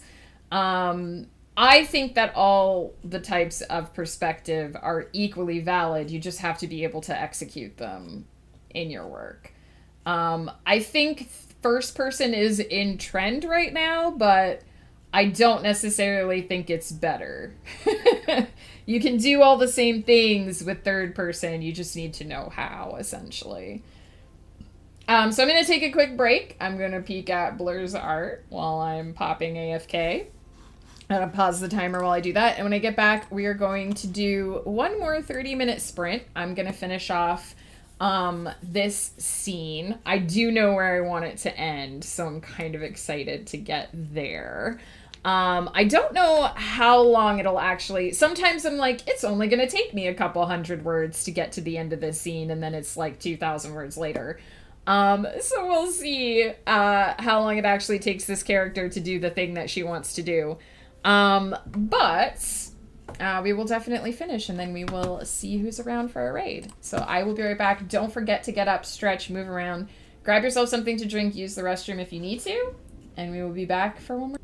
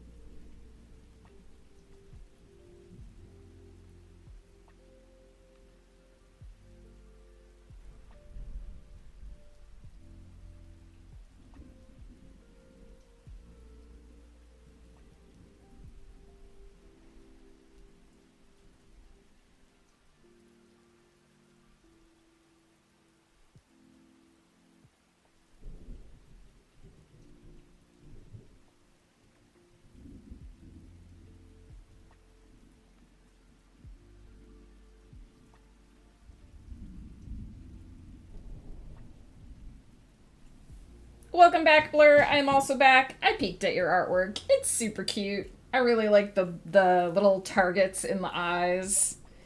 Super cool. Heck yeah. Can't wait to see the piece that you are currently working on. Will wait, because I know art takes time. But I love the concept. Super cute. I suppose the last thing, I don't know if Janine is lurking or gone AFK, so I'm not sure entirely what was meant by the difference between vagueness. But you never want to be vague when you're writing in your work. You always want to express clear when you're writing in your work. What a stupid thing to say. You never want to be vague. You always want to be as clear and concise as possible when you're expressing the concepts and the visuals of your work, because you want people to be able to understand clearly what you're trying to convey. The difference between showing and telling has nothing to do with specificity. The difference between showing and telling is like the difference between saying he walked into the store would be telling versus the door swished open as he approached. Beyond were rows of shelves set with various products, blah, blah, blah. In one case, you are simply saying he went into the store. You're telling people that he went into the store. In the other case, you're showing the store. You're showing what the store looks like. And you can put as much description into that as you want, or as little description as you feel is necessary to convey what needs to be shown. Sometimes showing is better. Like if a character is walking across a battlefield, you would want to describe the devastation of the battlefield. You would want to describe the wounds that have been delivered. Like you would want to paint a picture of what the battlefield looks like in order to convey the starkness and the tragedy. But if you just want your character to come home from work at the end of the day, you might say he arrived home from work, because maybe his commute home isn't important, so you wouldn't show him commuting home if nothing happens. I thought it was about being vague so that the readers can connect the dots. It's not saying it's a dining room. I'm not sure. It's not about being vague. It's more about whether or not you say it's a bookshelf or you describe what the bookshelf looks like. Like, I can look at my bookshelf beside me and say, there's a bookshelf. This right here. You can't really see it. It's a bookshelf.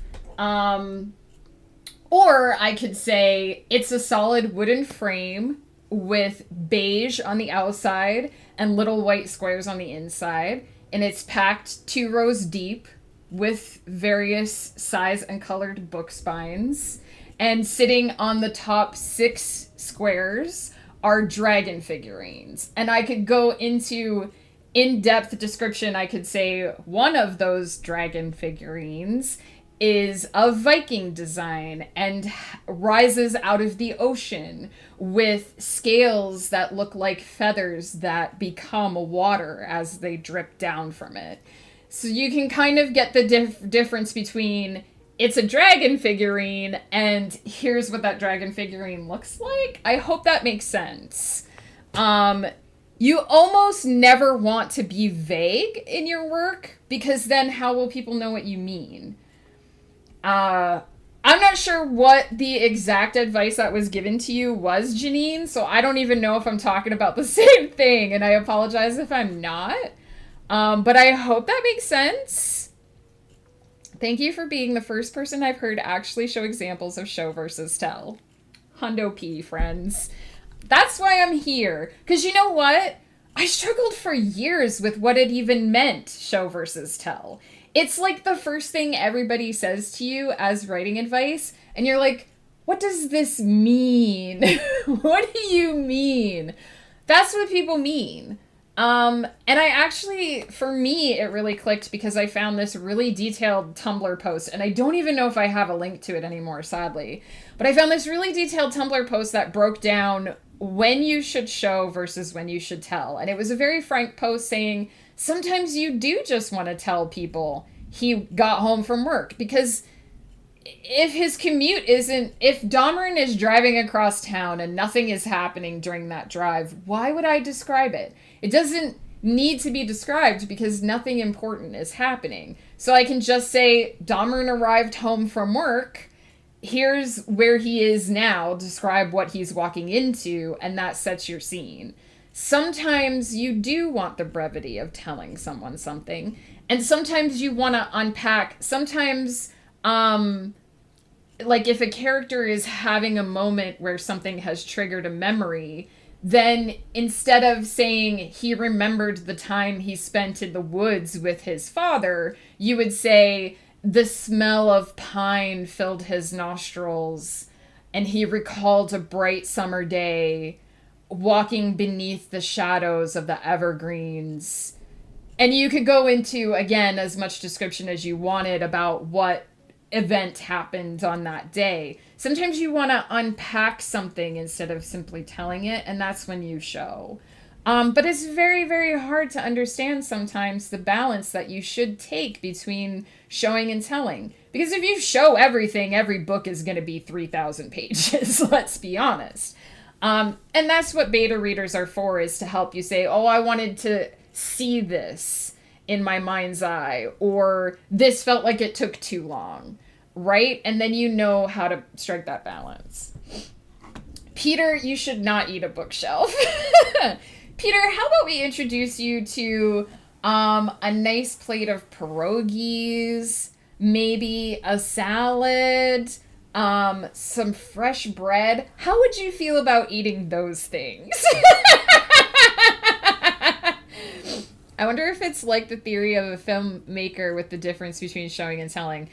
That I don't know, because I don't know a lot about how things are filmed. But I do imagine that storyboarding is the same. It's like, what am I going to show people, and what am I just going to convey through exposition later? What is it important for people to see? Because in movies, a lot of times you will see something and you'll have a voiceover exposition explaining something while it's happening. And I feel like that's a movie way of, I need to express something verbally, but I want to show it on screen at the same time.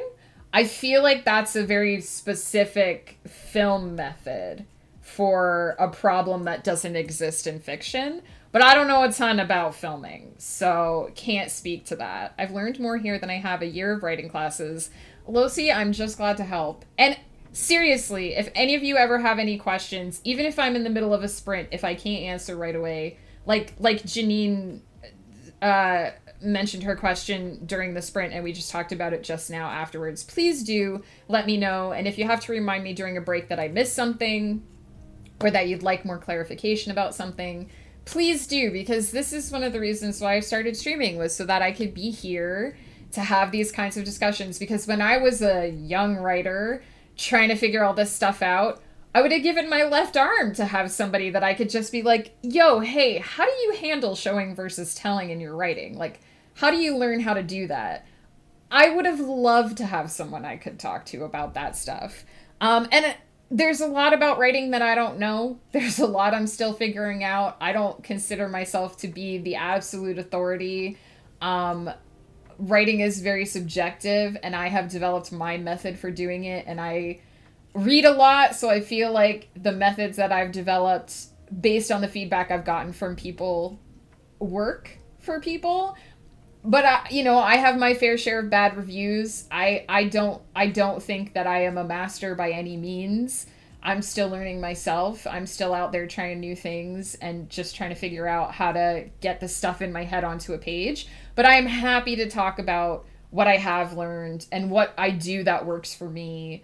And, just where to look. If I don't have an answer, I can say, go read this or go look into that. So that's why I'm here. Honestly, 100%. Bread, you say? No, not human sandwiches, Peter. Just bread. Just beautiful, delicious, fresh, hot bread with a butter-like substance on it. Not butter for me because I can't eat butter, but a butter-like substance. Or dipped gently in olive oil, garlic olive oil. In film, it's exactly the same, like you show someone walking into a shop and buying a milkshake, whereas when the guy gets home, he says to his wife, I went to the shop and bought a milkshake. Exactly. I don't necessarily know how the balance is struck in film, though, versus how you would do it on a page. In film nowadays, the trend is to be tight with what you shoot and keep it moving, so scenes like that get cut or made into tell, not show scenes, but I love show, not tell. I have read that if you see footage of just the outside of a car driving to a place on TV, that's used as filler. That if they finished up the episode and they had like 60 seconds more that they didn't use, they'll fill that with a car driving on roads because they're just filling up that extra time. I don't know if that's true. Citation needed, because I've never filmed a TV show, but I have heard that that's a thing.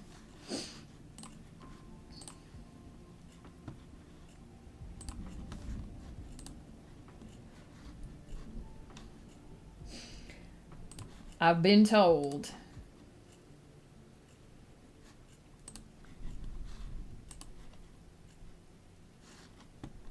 Look at how comfy we are. Just look at how comfortable.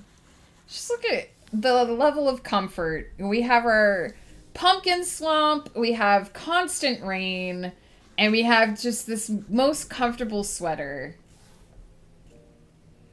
Back! Had to go to the bank, although the bank wouldn't take my $10 in loose quarters, which I expected, but asked anyway because it didn't hurt. You never know until you try. So after the bank, I went to Walmart, and spent $10 in quarters on chips.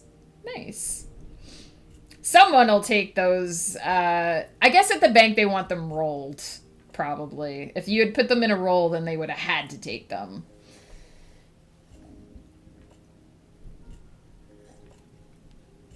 A lot of that can be used as filler. Anything that doesn't show a main character or major plot point, like a lot of exterior shots, hand reaching for smokes, chocolate, picking up coffee, whatever, is filler shot. That makes sense.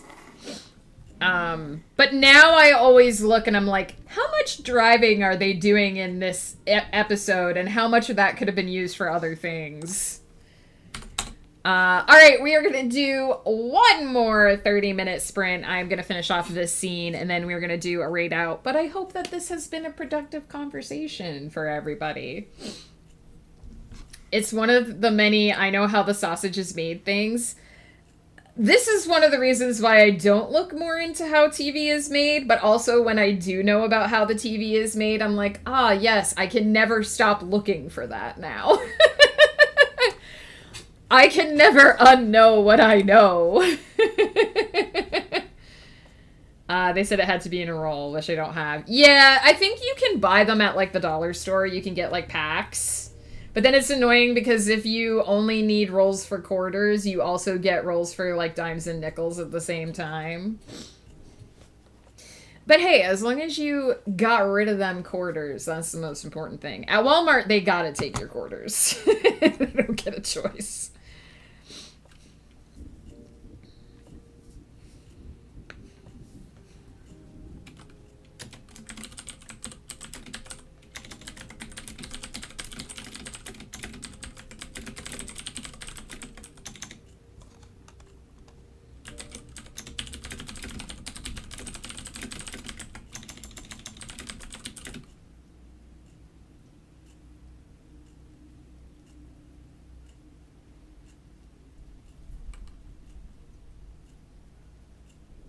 Sorry, just a bit of eye strain here.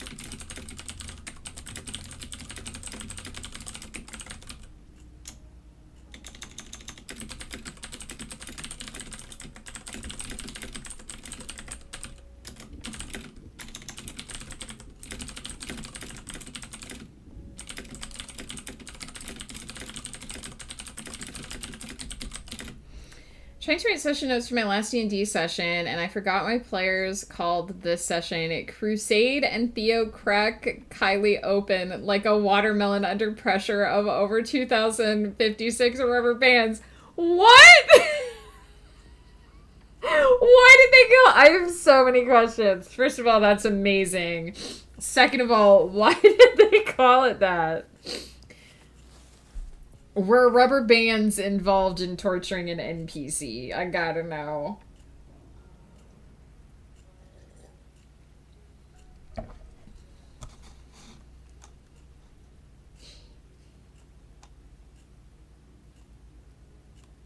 There's a stork in a Wizard of Oz scene. I might not know about that one.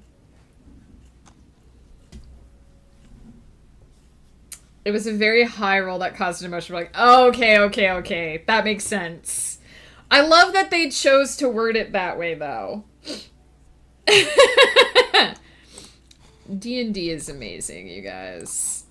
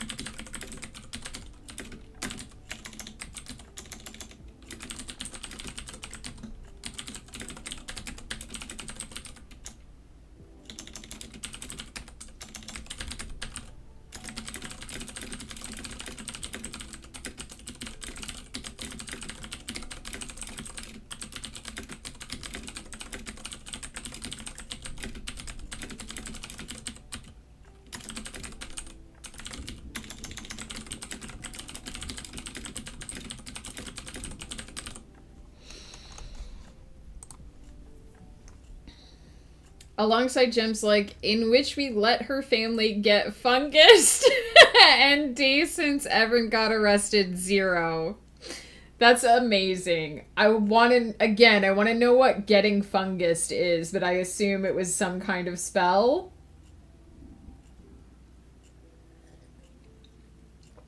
Ah, yes. I do know about the unaliving on the set. I have heard that that was a thing that did happen.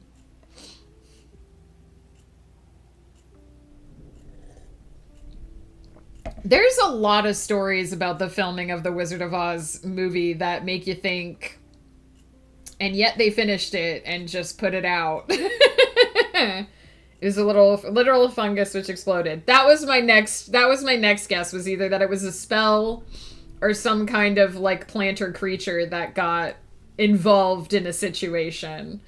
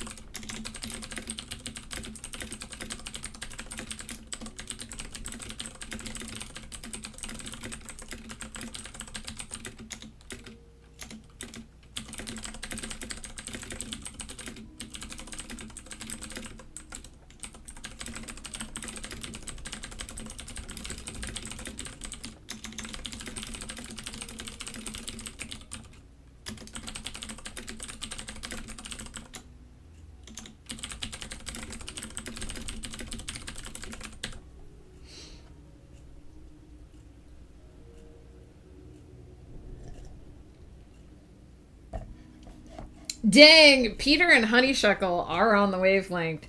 Also, agree. Judy Garland was like the public's darling, and her private life was. I don't even have a word for it. Like, same with Shirley Temple. Like when you read about like the actual life of Shirley Temple, what is wrong with our society?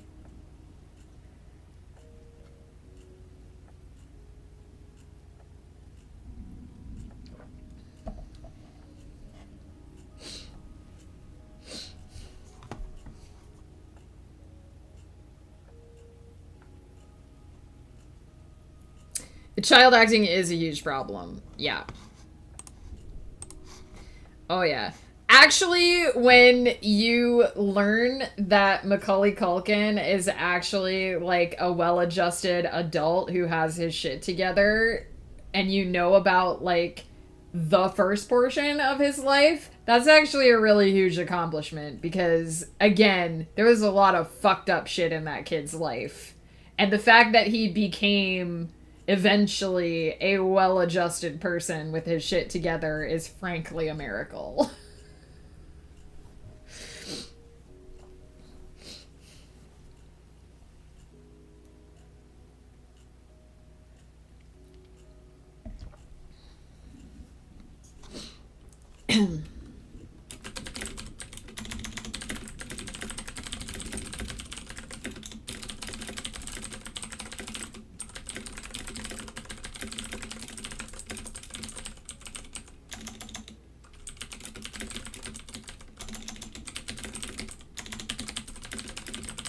If I could stop typing words inside out, that'd be amazing.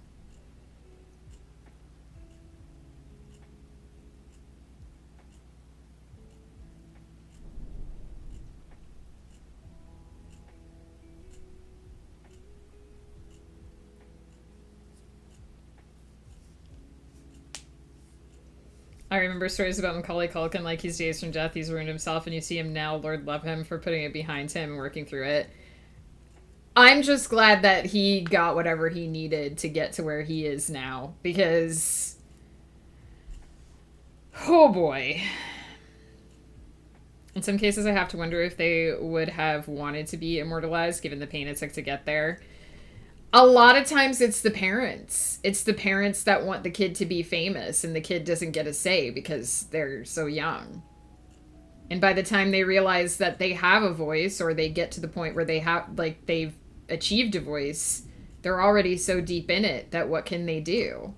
Cheers, Pie.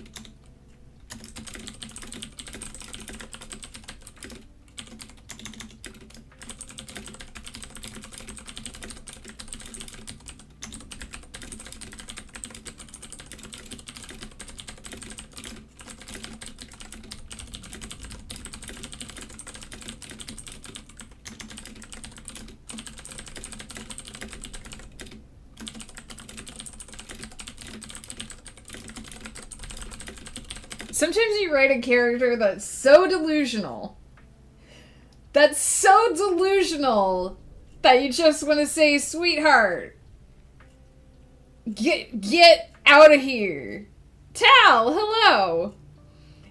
And as I'm writing this scene and I know where it's going, I know where this character is in her head. I know what she's thinking because I'm writing it.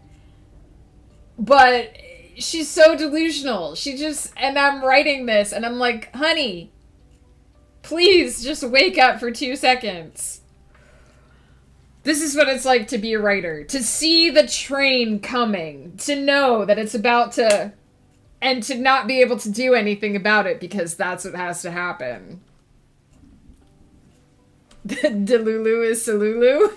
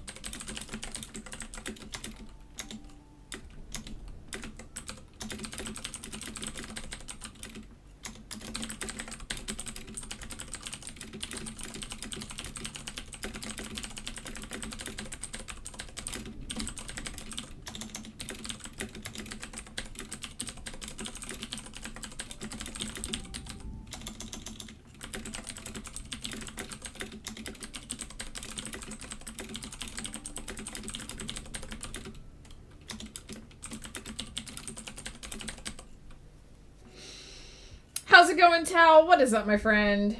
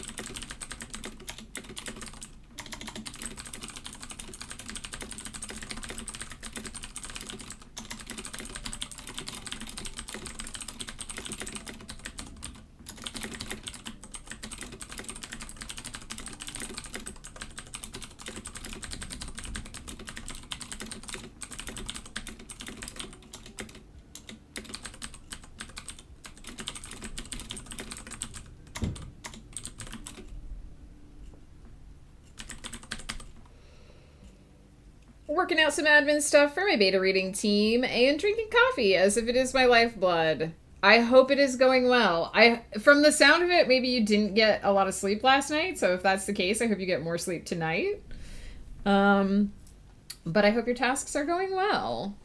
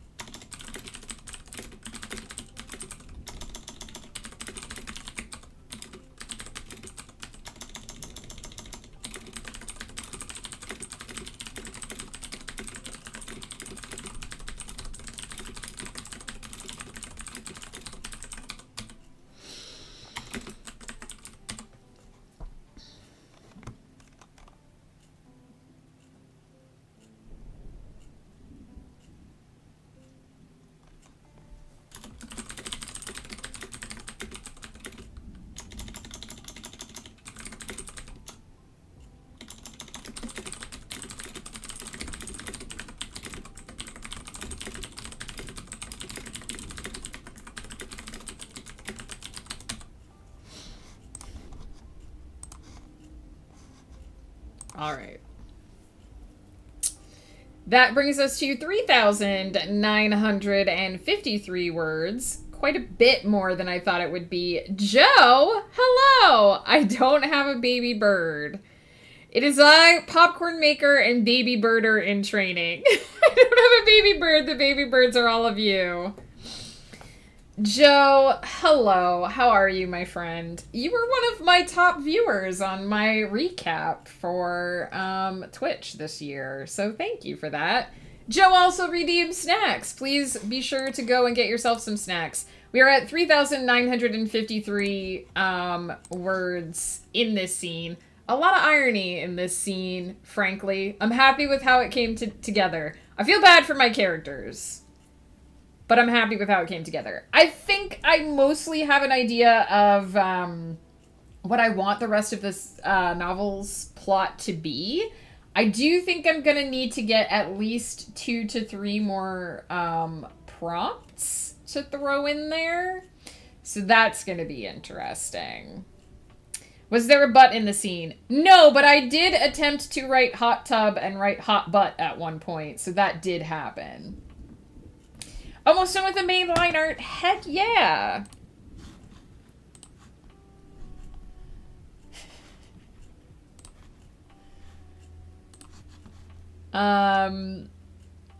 What all did I miss during the sprint? So much. So much talking about child actors. Oh my goodness. When you watch a reality show and you know how they make it, you'll never watch it the same. I mean, I know enough about reality shows that I never really take them seriously anyway. Hell's Kitchen, for example, is one of the most edited shows on TV. If someone sneezed on it, the entire thing would fall into a trillion pieces of dust. Wouldn't be shocked. I have the eyes of the eagle on her, so to flavor it, it's just her eyes. The red part of her eye starts to glow. That's when she can see things really far away. That's why her eyes look that way. Nice! I did that with Ephema, that when she uses, because she has different abilities that she can use in her eyes from her, her pact with her, patron. So when she does her, see magic, she can see magic via the detect magic skill at will. I have her eyes look like goat eyes because it's fun. Because it's fun.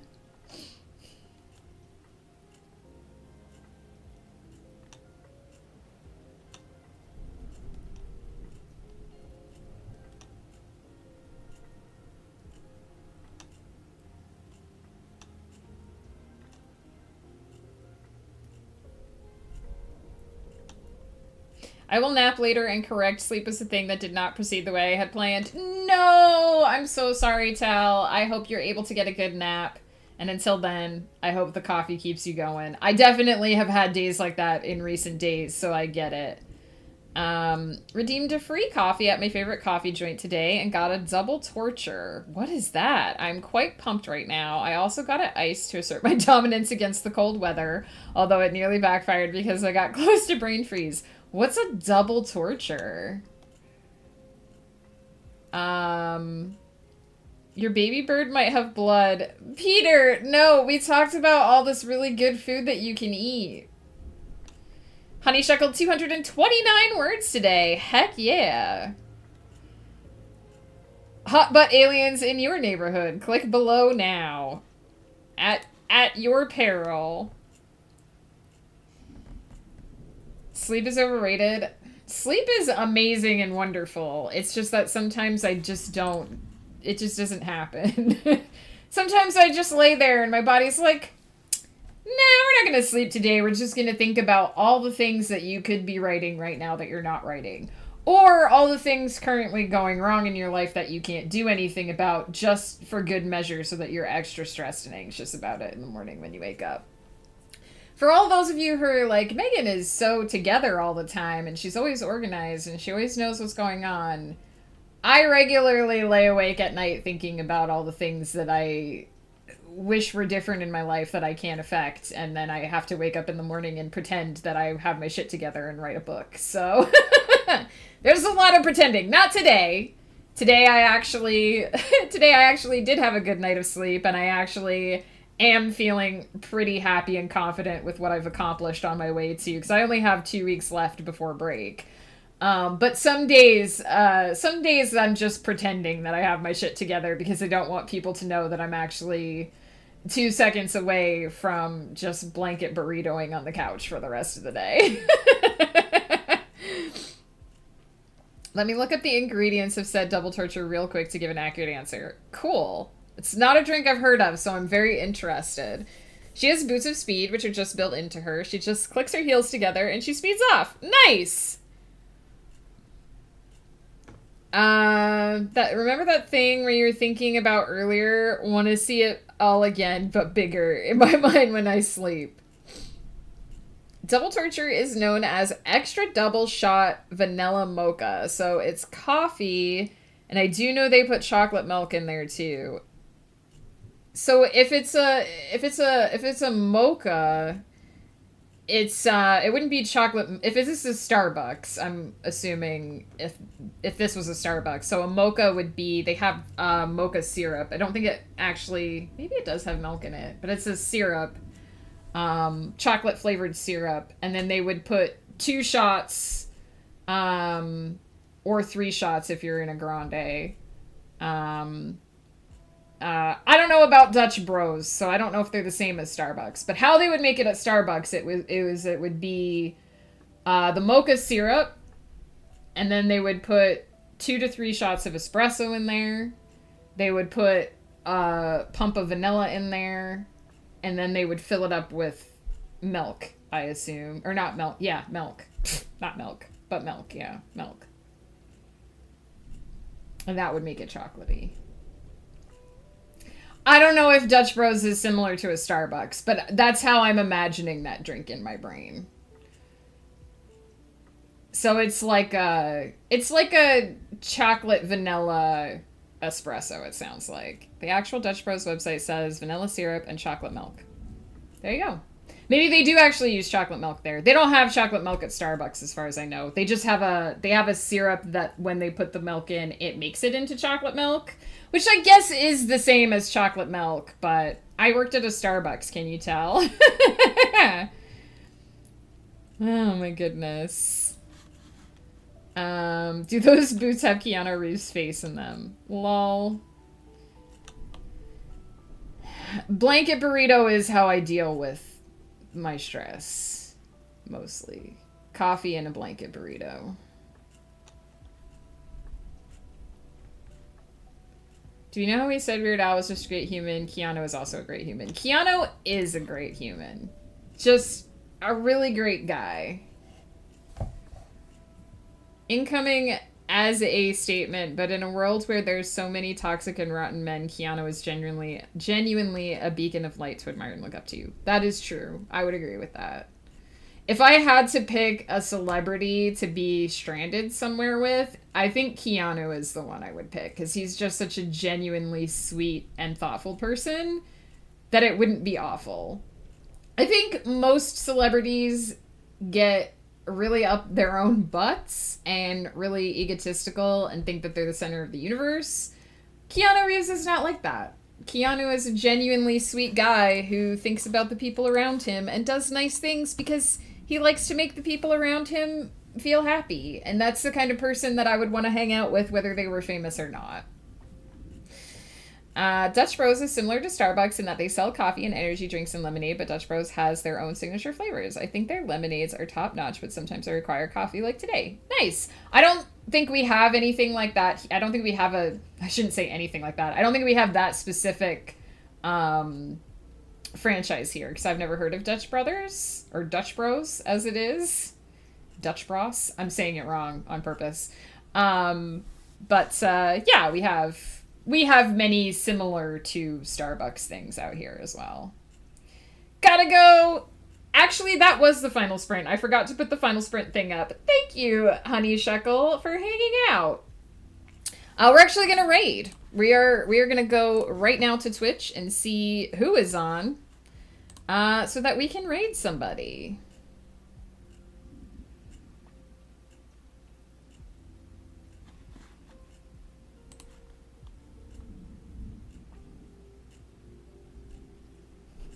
Well, we can't raid me, Joe, because I gotta go eat food. So I am not going to continue streaming. If you would like to go live, Joe, we could raid you. I will happily raid into Joseph Chilson. I think maybe we'll just skip to raiding somebody else.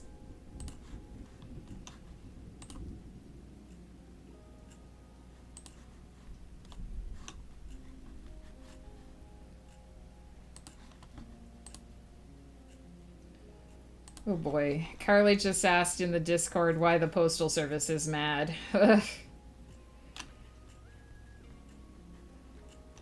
Let's see. Who's doing what?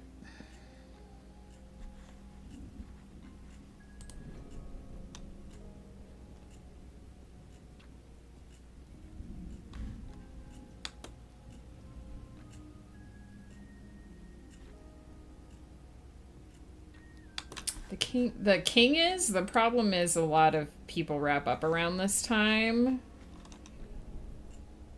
And I don't want to raid someone who is, like, very specifically trying to end their stream. So let's see. How many palms does this person have left?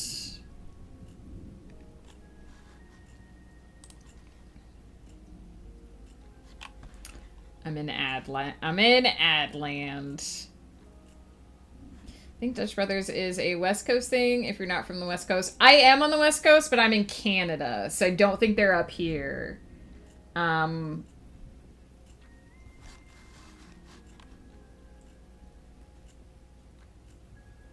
I don't know if I'm familiar with that person. Lofi, let me check. Is that their Twitch name?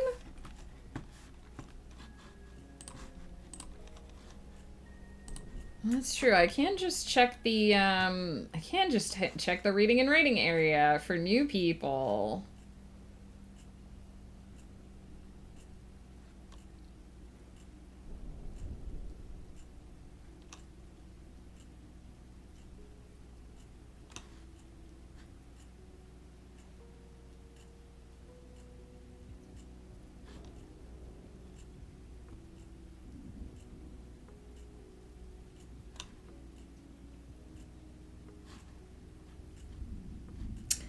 A lot of these people are clearly streaming in other languages.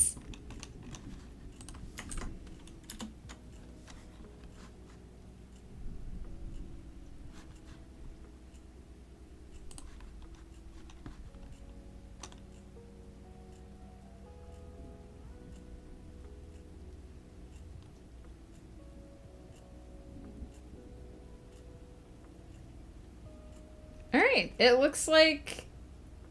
Is it Nerdarine? Am I saying that horribly wrong? Looks like they are currently streaming, so let's go over and say hi. New to me person, recommended by Lofi Lore. I recognize they're hanging out with Cypher Robinson, who is someone who has hung out in our chat before. So let's head over there and hang out. Like Wolverine, but nerd. Ah, Nerdarine. I got ya. Perfect. All right, let's head over and say hi. If you have my emotes, feel free to use them. Otherwise, feel free to use whatever emotes make you happy, because it's all about spreading the love. Not necessarily how we do that. I'm shy. Can I stand behind you, Megan? Yes, Peter. You can say hi from behind me. I will be back tomorrow morning at the same time, 10:30 a.m. PST. I'm going to be actually doing a cheeky edit on something for my pen name tomorrow, so I won't be talking a lot about what I'm actually working on tomorrow because it's top secret. But we will be doing an editing sesh, and then on Thursday, we will be doing chapter 20 of the prompt novel, which I also have a vague plan for that will hopefully work out. And then I will be caught up. I will have done all of my writing prompts for the year. And the only thing that we will have left to do is edits on Everyone's Child, which is what we will be doing our last week of stream. So check me out. I'll be back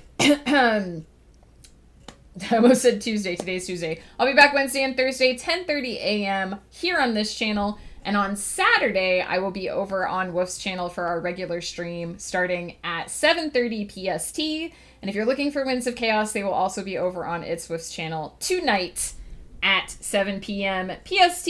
I love you all. Please remember to take care of yourselves. You're amazing.